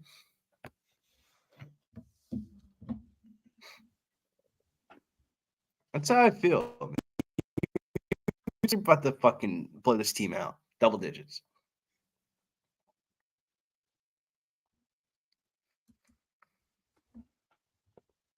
Damn, I'm muted again. Fuck. I was gonna say nobody had any thoughts for the Utes game here. Bro, I said something 3 times and I was like, all right, fuck you guys. I was like, when does it Well, tip? When does it tip? No, Cal Baptist is up, boys, 42-38. Let's go, Cal Baptist. Cal fucking Baptist. We did cash. The Nashville Predators did cash. You boys want to get to the real money? You go to the NHL. We got this one plus 135. Get that cash. Let's go. Cheers. Cheers myself. Because I know you fucking guys didn't. None of you guys played the NHL, but that's okay. Cheers. Yeah, only that. It's got to be the I won't even answer you straight if you ask him if he's going to be there, Smoke. I know you said you're. I think Smoke and Mirror said he's going to be there. I hope you are. Oh, Nunya is though. I know Nunya is. I'll be right back. I gotta eat. Get something to snack on here. I offered Mike a fucking pallet. I offered Mike a pallet on my floor and everything. You offered to treat me as your fucking dog. Bro, I don't make my dog a pallet. What are you talking about? You treat me better than your dog? Is that what you're saying? Yeah, I give you a pillow and everything. All right, boys, it's go time. Time to get serious. Cal Baptist is up 42-38 over Utah Valley. Expected. Plus 5.5 dog. Expected. Penn State is up 45-35 over Michigan. Borderline expected. What'd you say? 45-35? Yep. 10 yeah, points. See, that spread was only like 4.5, wasn't it? No, it was 7.5 actually. Penn State was up 7.5 in that spot. Stanford Cal is the spot we're all focused in on right now. 45-37. I still like Stanford. I took them plus 270. I don't care. Clemson, Boston College. Debbie, without looking, what would you guess this Boston College Clemson game scores? How long have they been playing? I think they're about halftime. Clemson is trailing 35-39. You're a dickhead. But Boston College is up 40-28. Who would expect that much of a victory in the first half? Why would I be a dickhead, bro? I just guessed, and I said Boston College was ahead, and I haven't looked at the score. Second, I was off by a few points. That's a pretty damn good guess. The fuck you mean, dickhead? I literally missed that by a few points in both directions. That was pretty fucking good. Fuck you, Debbie. My phone is dead, bro. If you think I'm updating it, this shit is dead. DEAD, dead. Boston College, boys. This is a big spot. But with Syracuse losing, and you know what? Almost advantage Boston College, knowing these two teams are going to rival for the bubble spot in the conference tournament here, or in the big tournament. Boston College sees Syracuse loses against NC State as a moderate favorite, minus 120 on the money line. Here they go. They can do what they have to do. They control their own destiny. Cash Boston College first half plus 4. Should have just taken the fucking money line. 40-28 against Clemson. And bro, you still talking about that shit, bro?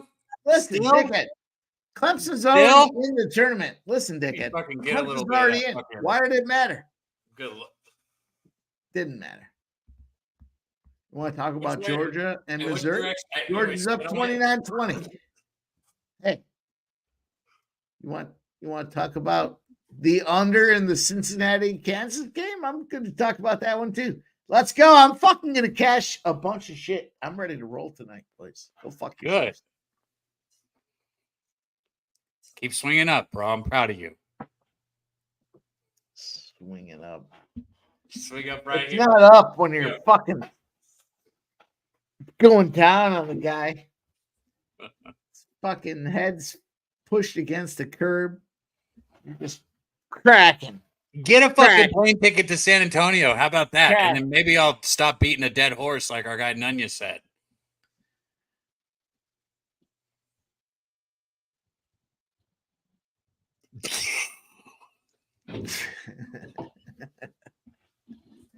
You want to talk about win? Oh man. I'm sorry, but I'm already staying at your place. Good. Just get a plane ticket. Yeah.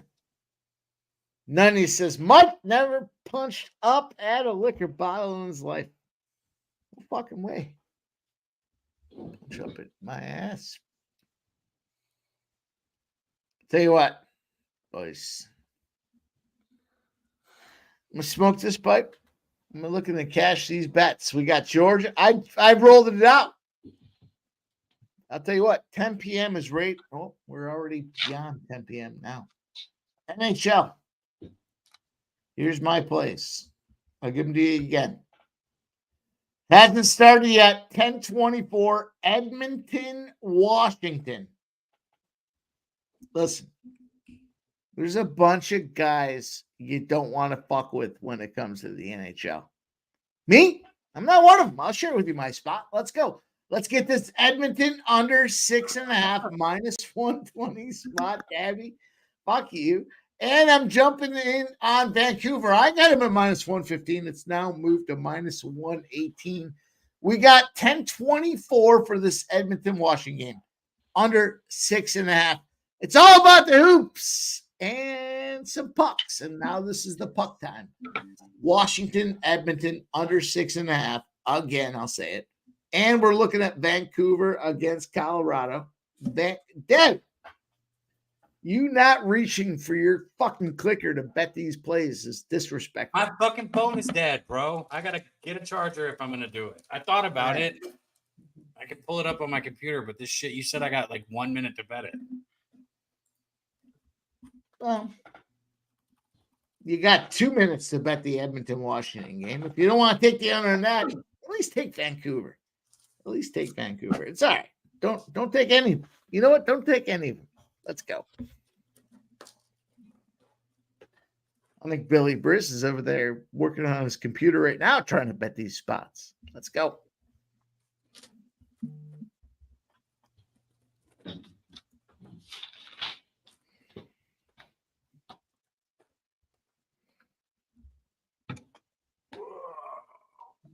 Cal Baptist is up 47-40. Plus 5.5, plus 220 money line. They're up 47-40. Hey, we're all on the Pelicans Friday versus the Clippers, Mike. They just lost. Best team off a loss against the spread at home. Pelicans. And they own the Clippers, too. Oh, LJ, I'll give you a spot to circle on the calendar. Fade the LA Kings on Saturday against the Dallas Stars. Yep. Okay. The LA Kings are 1-11 in an unrested spot there.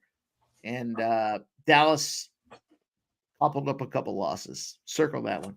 Ooh. And they'll be coming off the game with the Blackhawks, too? Yep. Yes. Thank you, sir. See, that's why I love this, man. Relax. Yeah, I don't talk about look ahead spots often, but all week long I've been looking for spots, and this one just keeps popping up and up and up. You gotta fade those fucking Kings unrested. Dabby, circle that fucker. Saturday.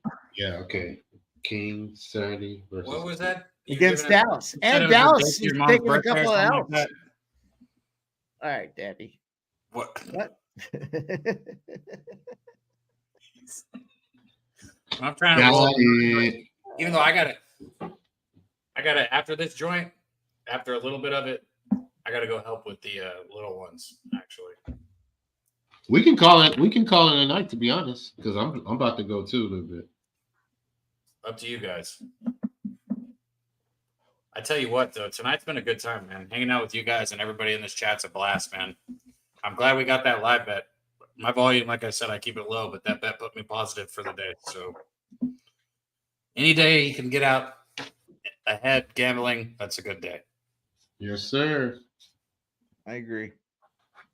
It's not like the day I wanted or anything, but a positive day in the gambling account is a positive day in the gambling account. Like if you want to break it down to the fine, nuts and bolts. Nunny says, let's catch this first half Georgia. I love this Georgia spot. Let's go. Boston College blasting Clemson. Love that too. There we go. I'm back. Hello. 11:30, boys. Let's hear it. We got just a little bit of time. We'll shut it down after this. Arizona State, Utah. Arizona State's +6. Montana State +6.5 against Montana. Northridge against Santa Barbara. Northridge is +4. Abilene Christians +3.5 against Stephen fucking Austin. What do you guys think? Well, I'll start since you guys Did you guys me about SFA and fucking Abilene Christian? I said it earlier. I like Utah minus the 5.5. Everybody's betting Arizona State, but that line's going down. Bro, between SFA, who's that? Oh, yeah, Abilene Christian and Utah. I'll go with Utah also. And I also like, what's that game? Cal Northridge, UC Santa Barbara. I like Santa Barbara.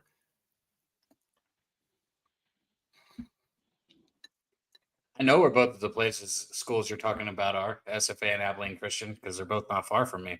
But I still don't bet on those basketball teams.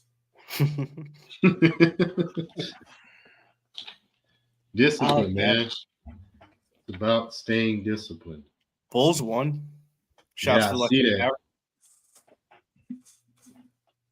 Shout out to last call. Yeah, you got that one. Yeah. Let's Right. go, baby. The fuck is up with Luka, dog? What does he got now? Mike, you weren't lying. Middle Tennessee is up 51-46 against Attack. Yep. 21 points. Come on, Luka, man. I need you to get like 15 and a 4. I wonder what's the lead line on this game.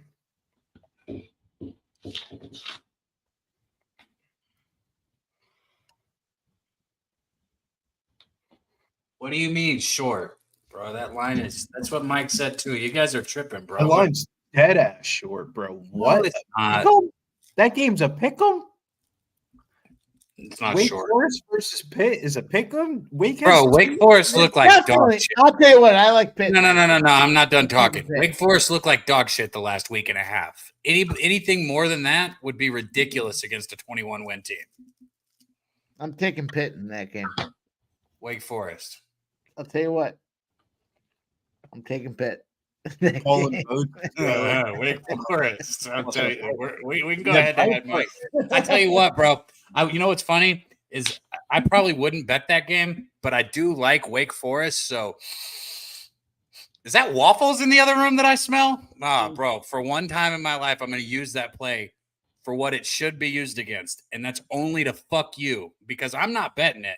But now, so if I lose, I didn't bet it. But if I win, that's on you. I'm so conflicted. Wait a minute. That's a fucking. Wake Forest smells like waffle play of the day tomorrow.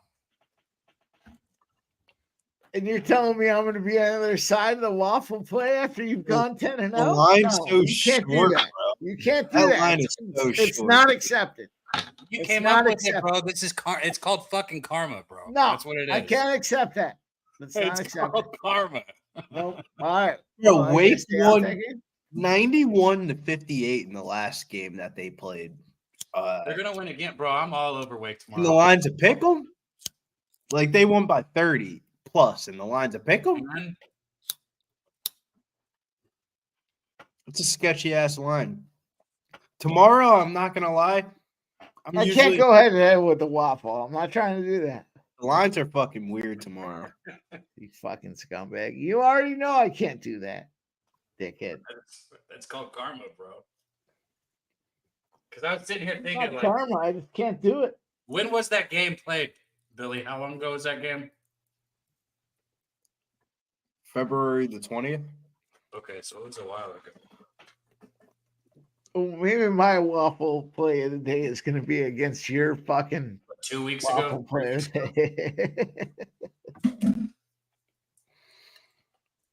I can't.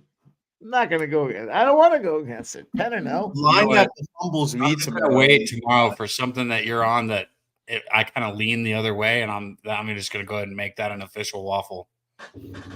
Well, And there's a full fucking circle of karma coming around for you creating that shit. That is fucked up, though, man. It's pretty good though, right? It's excellent. It's the way the cookie It's 10-0. What do you mean? It's pretty good. It's fucking excellent. It's perfect. Literally, it's the Whatever definition of Mike's perfect. favorite spot is tomorrow, I'm gonna waffle on the other side.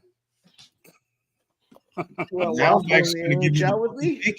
If you get a plane ticket to San Antonio, All right, I'll tell between you what now- I'm gonna do. no. If you get a plane ticket between now and then, I will not waffle against you. Well, that doesn't have any. I'll tell you what I will do. I'll tell you what I'm going to do as my favorite play of the day, and you can waffle against it if you want.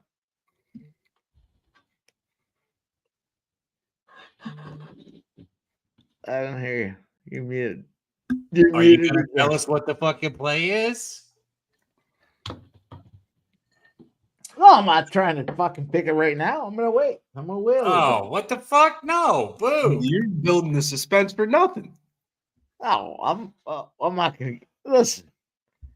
I've never been an early bettor. I don't care about CLV. I'm about late being great and getting that cash. I don't blame you, Mike. I'm with you on that. Like, I'd I'm rather not trying to be right. the first guy to a loser.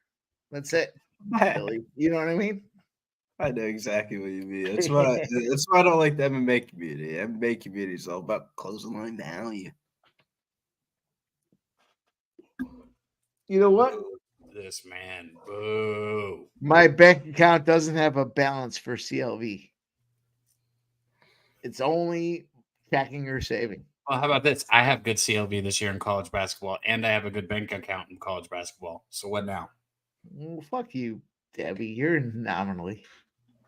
An You know what I'm anomaly. How is that the most sober sounding word you said in 20 minutes?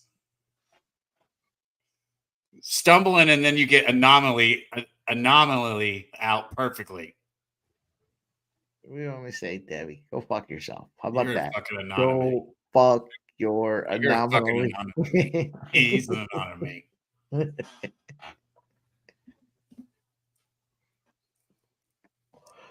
Yeah, I'll tell you what. We should be doing that fucking basketball pool I talked about.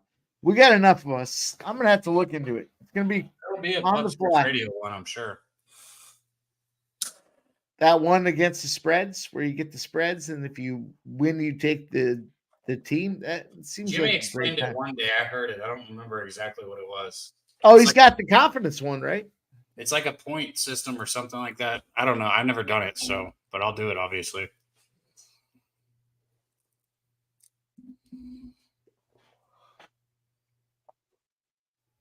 Yeah, Real Stoney said Wake and Pitt are 1-1 on the season right now. Bro, I like Wake. I don't got to look much into it to tell you. I mean, we'll see what happens. I tell you one thing. In a few of those games that Wake looked so bad in the last few weeks, they did still cover the first half because I was on them in one of them, and they were up. And then they scored like 2 points in the first 10 minutes of the second half of that game. Look at that score at halftime. Missouri 30-31. Don't let Missouri get inside. Don't let Mizzou get inside the fucking SEC. Is that the Wake tournament. Pittsburgh game? Are we talking about that Wake Pittsburgh game again? Because I'll tell you what. Don't sleep on fucking Pittsburgh's defense. Don't sleep on. Yeah, Pitt sucks. Don't sleep on them, Dabby. Dabby. Memphis, Wichita, 8.5. Goodbye, baby. Don't sleep on them. It's fucking go time. What, bro? I might bet Wake. I might bet Wake, and I might not. We'll figure it out tomorrow. Don't sleep. You just on keep Wake that. up and bet it. You just keep that energy, okay? Keep that energy. Woo. Memphis, Wichita, man. I've been on Memphis in the right spots this year, but I don't know if 8.5 and is the right 8.5 is fat on a Memphis. If they're a reliable team, I would bet them in the first half, but you never know what half Memphis is going to hit their shots in.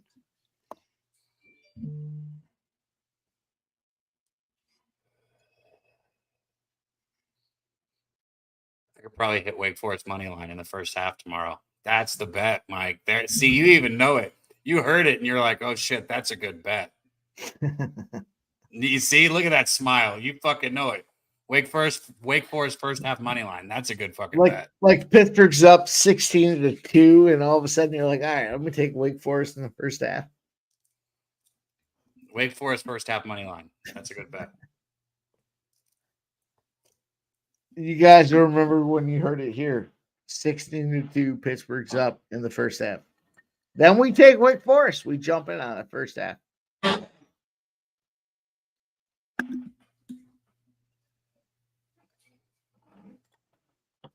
What's the score of the Kansas game?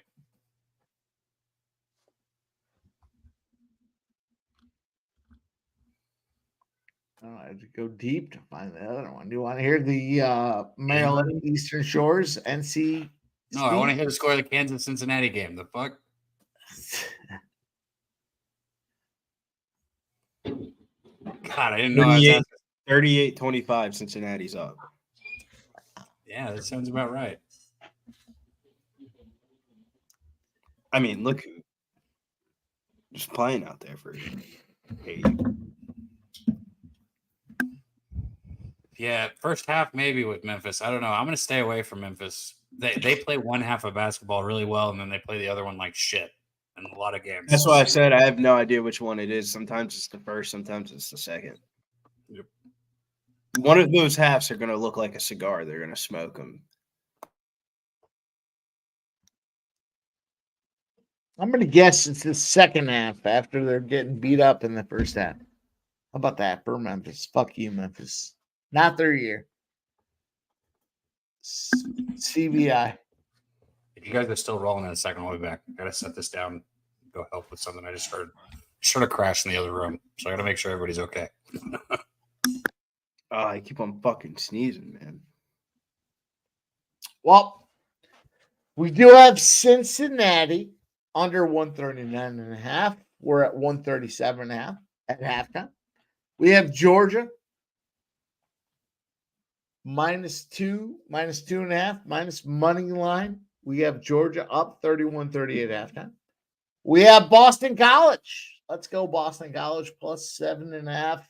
Well, sprinkle on the money line. Why not? First half +4. Full game +7.5. We cashed the first half +4. We're on our way to get it done. Let's roll, boys. Stanford 63-53. They are down, Billy. But Cal Baptist is working Utah Valley 56-50 right now. Big spot there. Penn State's up 9 points against Michigan 57-48. And there's DabyCab special. North Carolina Central, Maryland Eastern Shore 73-65. Under questionable right now. I'm about to call it a night, guys. All right, LJ. I'm gonna holler at y'all. Where can they find you? We'll do it again soon, buddies. Yeah. Well, I didn't even get a chance to outro. Our guy LJ is just out. Shout out to our guy, though. Follow him over there. LJ from Goat Town is his nickname. You know, Billy, last call. He's earned the nickname LJ from Goat Town. Goat Town. I'll tell you what, Billy. Last call today, we talked about Vancouver and Colorado. Vancouver's up 1-0. They just scored. What do you think about that? If I set odds for whether or not Mike gets a ticket to San Antonio, I put it at like -175. No. I don't understand. Fucking guy's talking. He's not even here. Baby, rub the boo-boo, but come back on screen after you're done. Let's go. I know you heard me, motherfucker.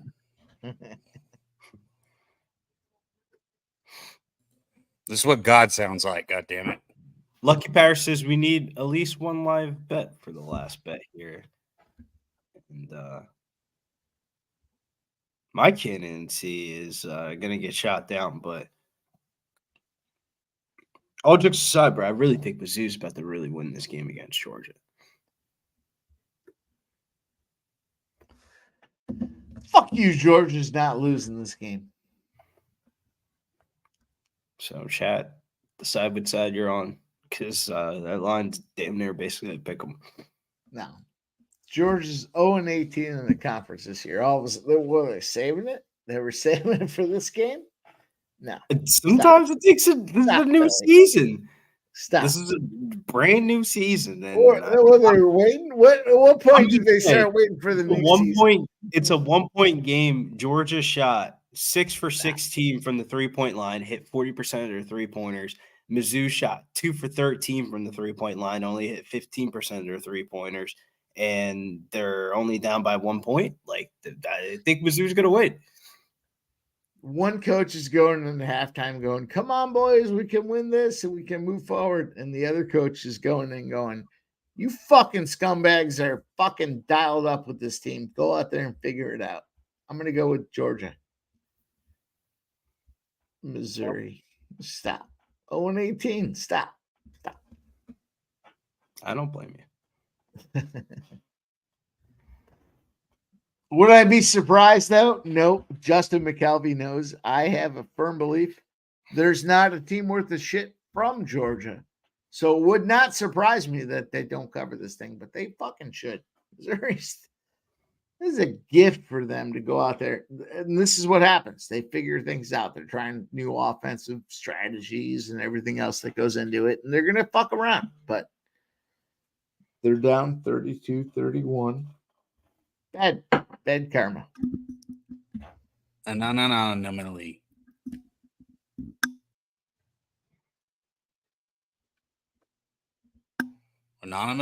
Anomaly. That's the word that you used. This is a straight middle. I don't know if I want to jump back in, to be honest with you. But Middle Tennessee State and La Tech is a 2-point game, 64-62 for Middle Tennessee State. And this line's like damn near a dead pick 'em on the sports betting odds live right now. I don't have the balls to take it, but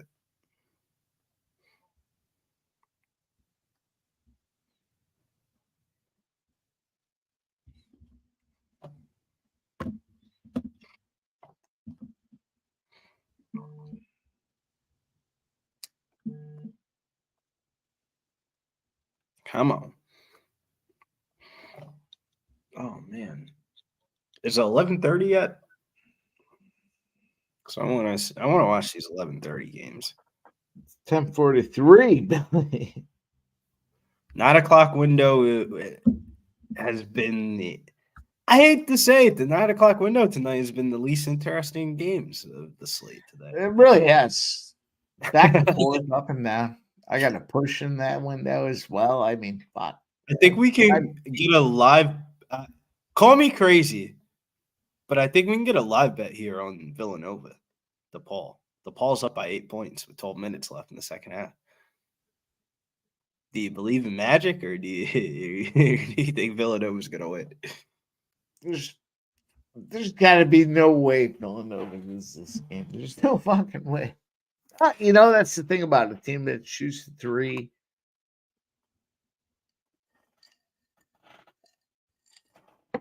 It's crazy. It's always a crazy sign when they have the spread up, but the money line locked up. That tells me Villanova's probably going to win by like 1 or 2. No, I would rather take this Stanford game. What's the score? It's 65-59, 8.5 minutes to go. Stanford's plus 220. I might lose big on this one, but I'm going big too. So there's a big difference. Hyman goal, real Stoney gets that cash. Luka won't return for the rest of the game. Hard to say. Penn State's up 61-49 right now. 12 points. 4:50 to go. They'll fuck that up. Cal Baptist, though. Show play Cal Baptist. 58-54. They're up 4.5 minutes to go. They're minus 4.5. Pre-show, they were plus 5.5. Let's go. That was DabyCab special. Cal Baptist, Utah Valley. Take the point. Get on the team, take the point. Yeah, you got to believe Villanova's not going to lose this game. What if you parlay? See the live line. What if you parlay Stanford, Villanova,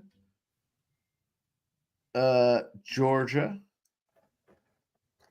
not Kansas, and Utah, Abilene Christian for a little cherry on top. 22-1. Yeah, sounds good.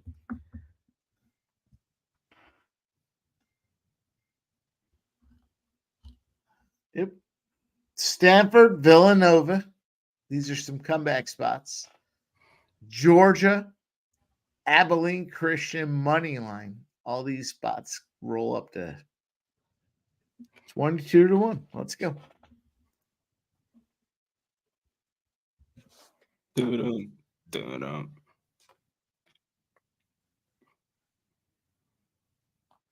Yeah, I feel like I'm just waiting for like the 11:30 window. I don't have anything live besides this Lakers game.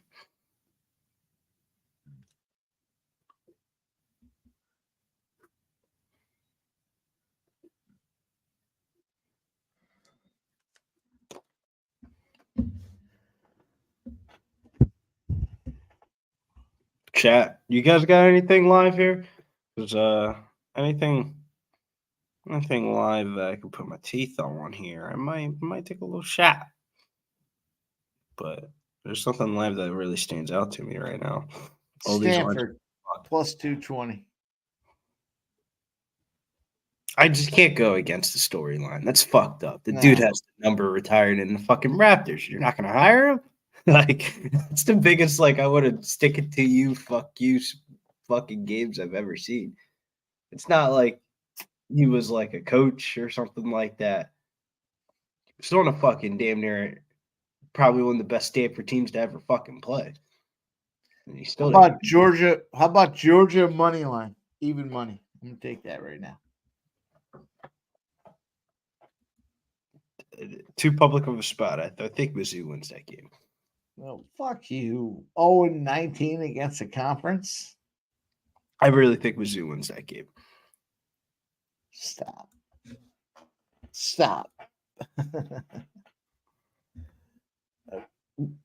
Would I be surprised? No, but yes. Would I be surprised? Yes, but I actually think I'm going to be surprised. Like, they're up by 3 and Georgia's shooting out the ass. Like, it makes no sense. It means Mizzou's playing actual good basketball. And, sometimes these fucking teams that would just get their ass beat all year, they're like, all right, let's stick it to you in the conference game. The first round of conference games, like before the buys, are always the sketchiest, I feel like. Yeah, I do. I agree with that. Penn State's up 63-51. Cal Baptist is up 58-56. I laugh because that's the one we were on the dog. Let's go. Middleton, La Tech. Middleton's up 66-63. Who fucking called that? I did. Middle Tennessee's gonna win this game outright. Yeah. What do you think that double chance, babe? Taking La Tech in the first half, money line, and then Middleton to win the game. That had to be sickening. Yeah. Here we go, though. We got Cal, Stanford, 65-59, plus 200 now if you want to take these boys. 230, just dropped up. Villanova's down. I don't get how Villanova would be fuck around and lose this game, bro. Against DePaul. What was DePaul waiting all season to strike right now? 40-35. Boston College. Teams that quote unquote need a win to get out the bubble. Sometimes their bubble just gets popped and they don't get that coveted win.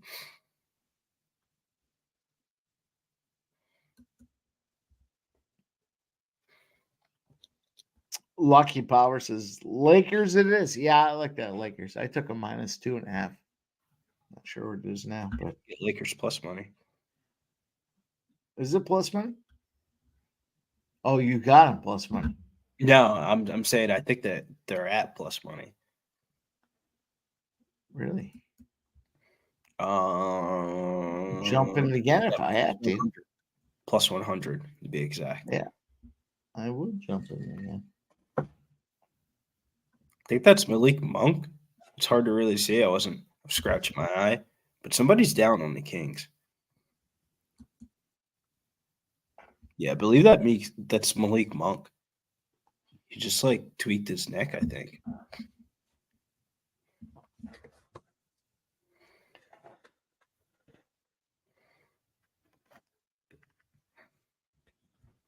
Holy shit. So college basketball reminds me, some of these fucking teams can't shoot free throws. Oh, yeah. So huge, especially at, Stanford, though. Stanford can shoot free throws, plus 550. I'm going to take him again. Just $50. All right.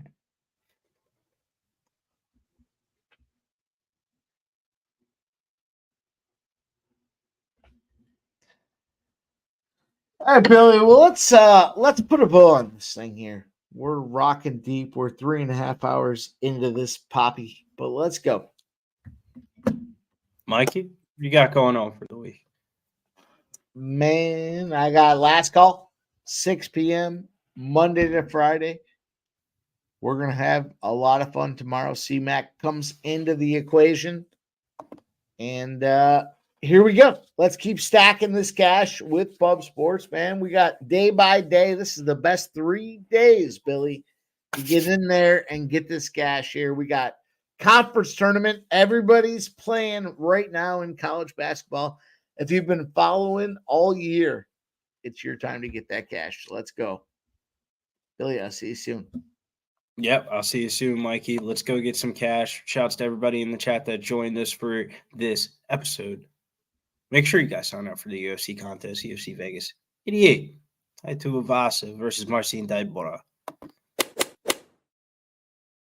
Hey, what's going on, y'all? It's Mills here, Pub Sports Radio. Do you guys want to challenge the personalities here at Pub Sports Radio? Do you guys think you're better than them at entering in your MMA predictions and picks? Would you want to get paid for it? $100? Here's how you do it, man. You sign up right here at the link below. It's just this easy. PubSportsRadio.com. Enter your email. Pick your weekly picks. That's it. Oh, and you get bonus points if you can predict how they're going to win in what round. Every single week, a new winner's getting crowned. So every Saturday on Pub Sports Radio. So come on and check us out. You can win $100 just for signing up. Only thing you need to do is see if you can beat us here at Pub Sports Radio by entering your UFC predictions and picks weekly. Do it. I dare you. See you guys soon.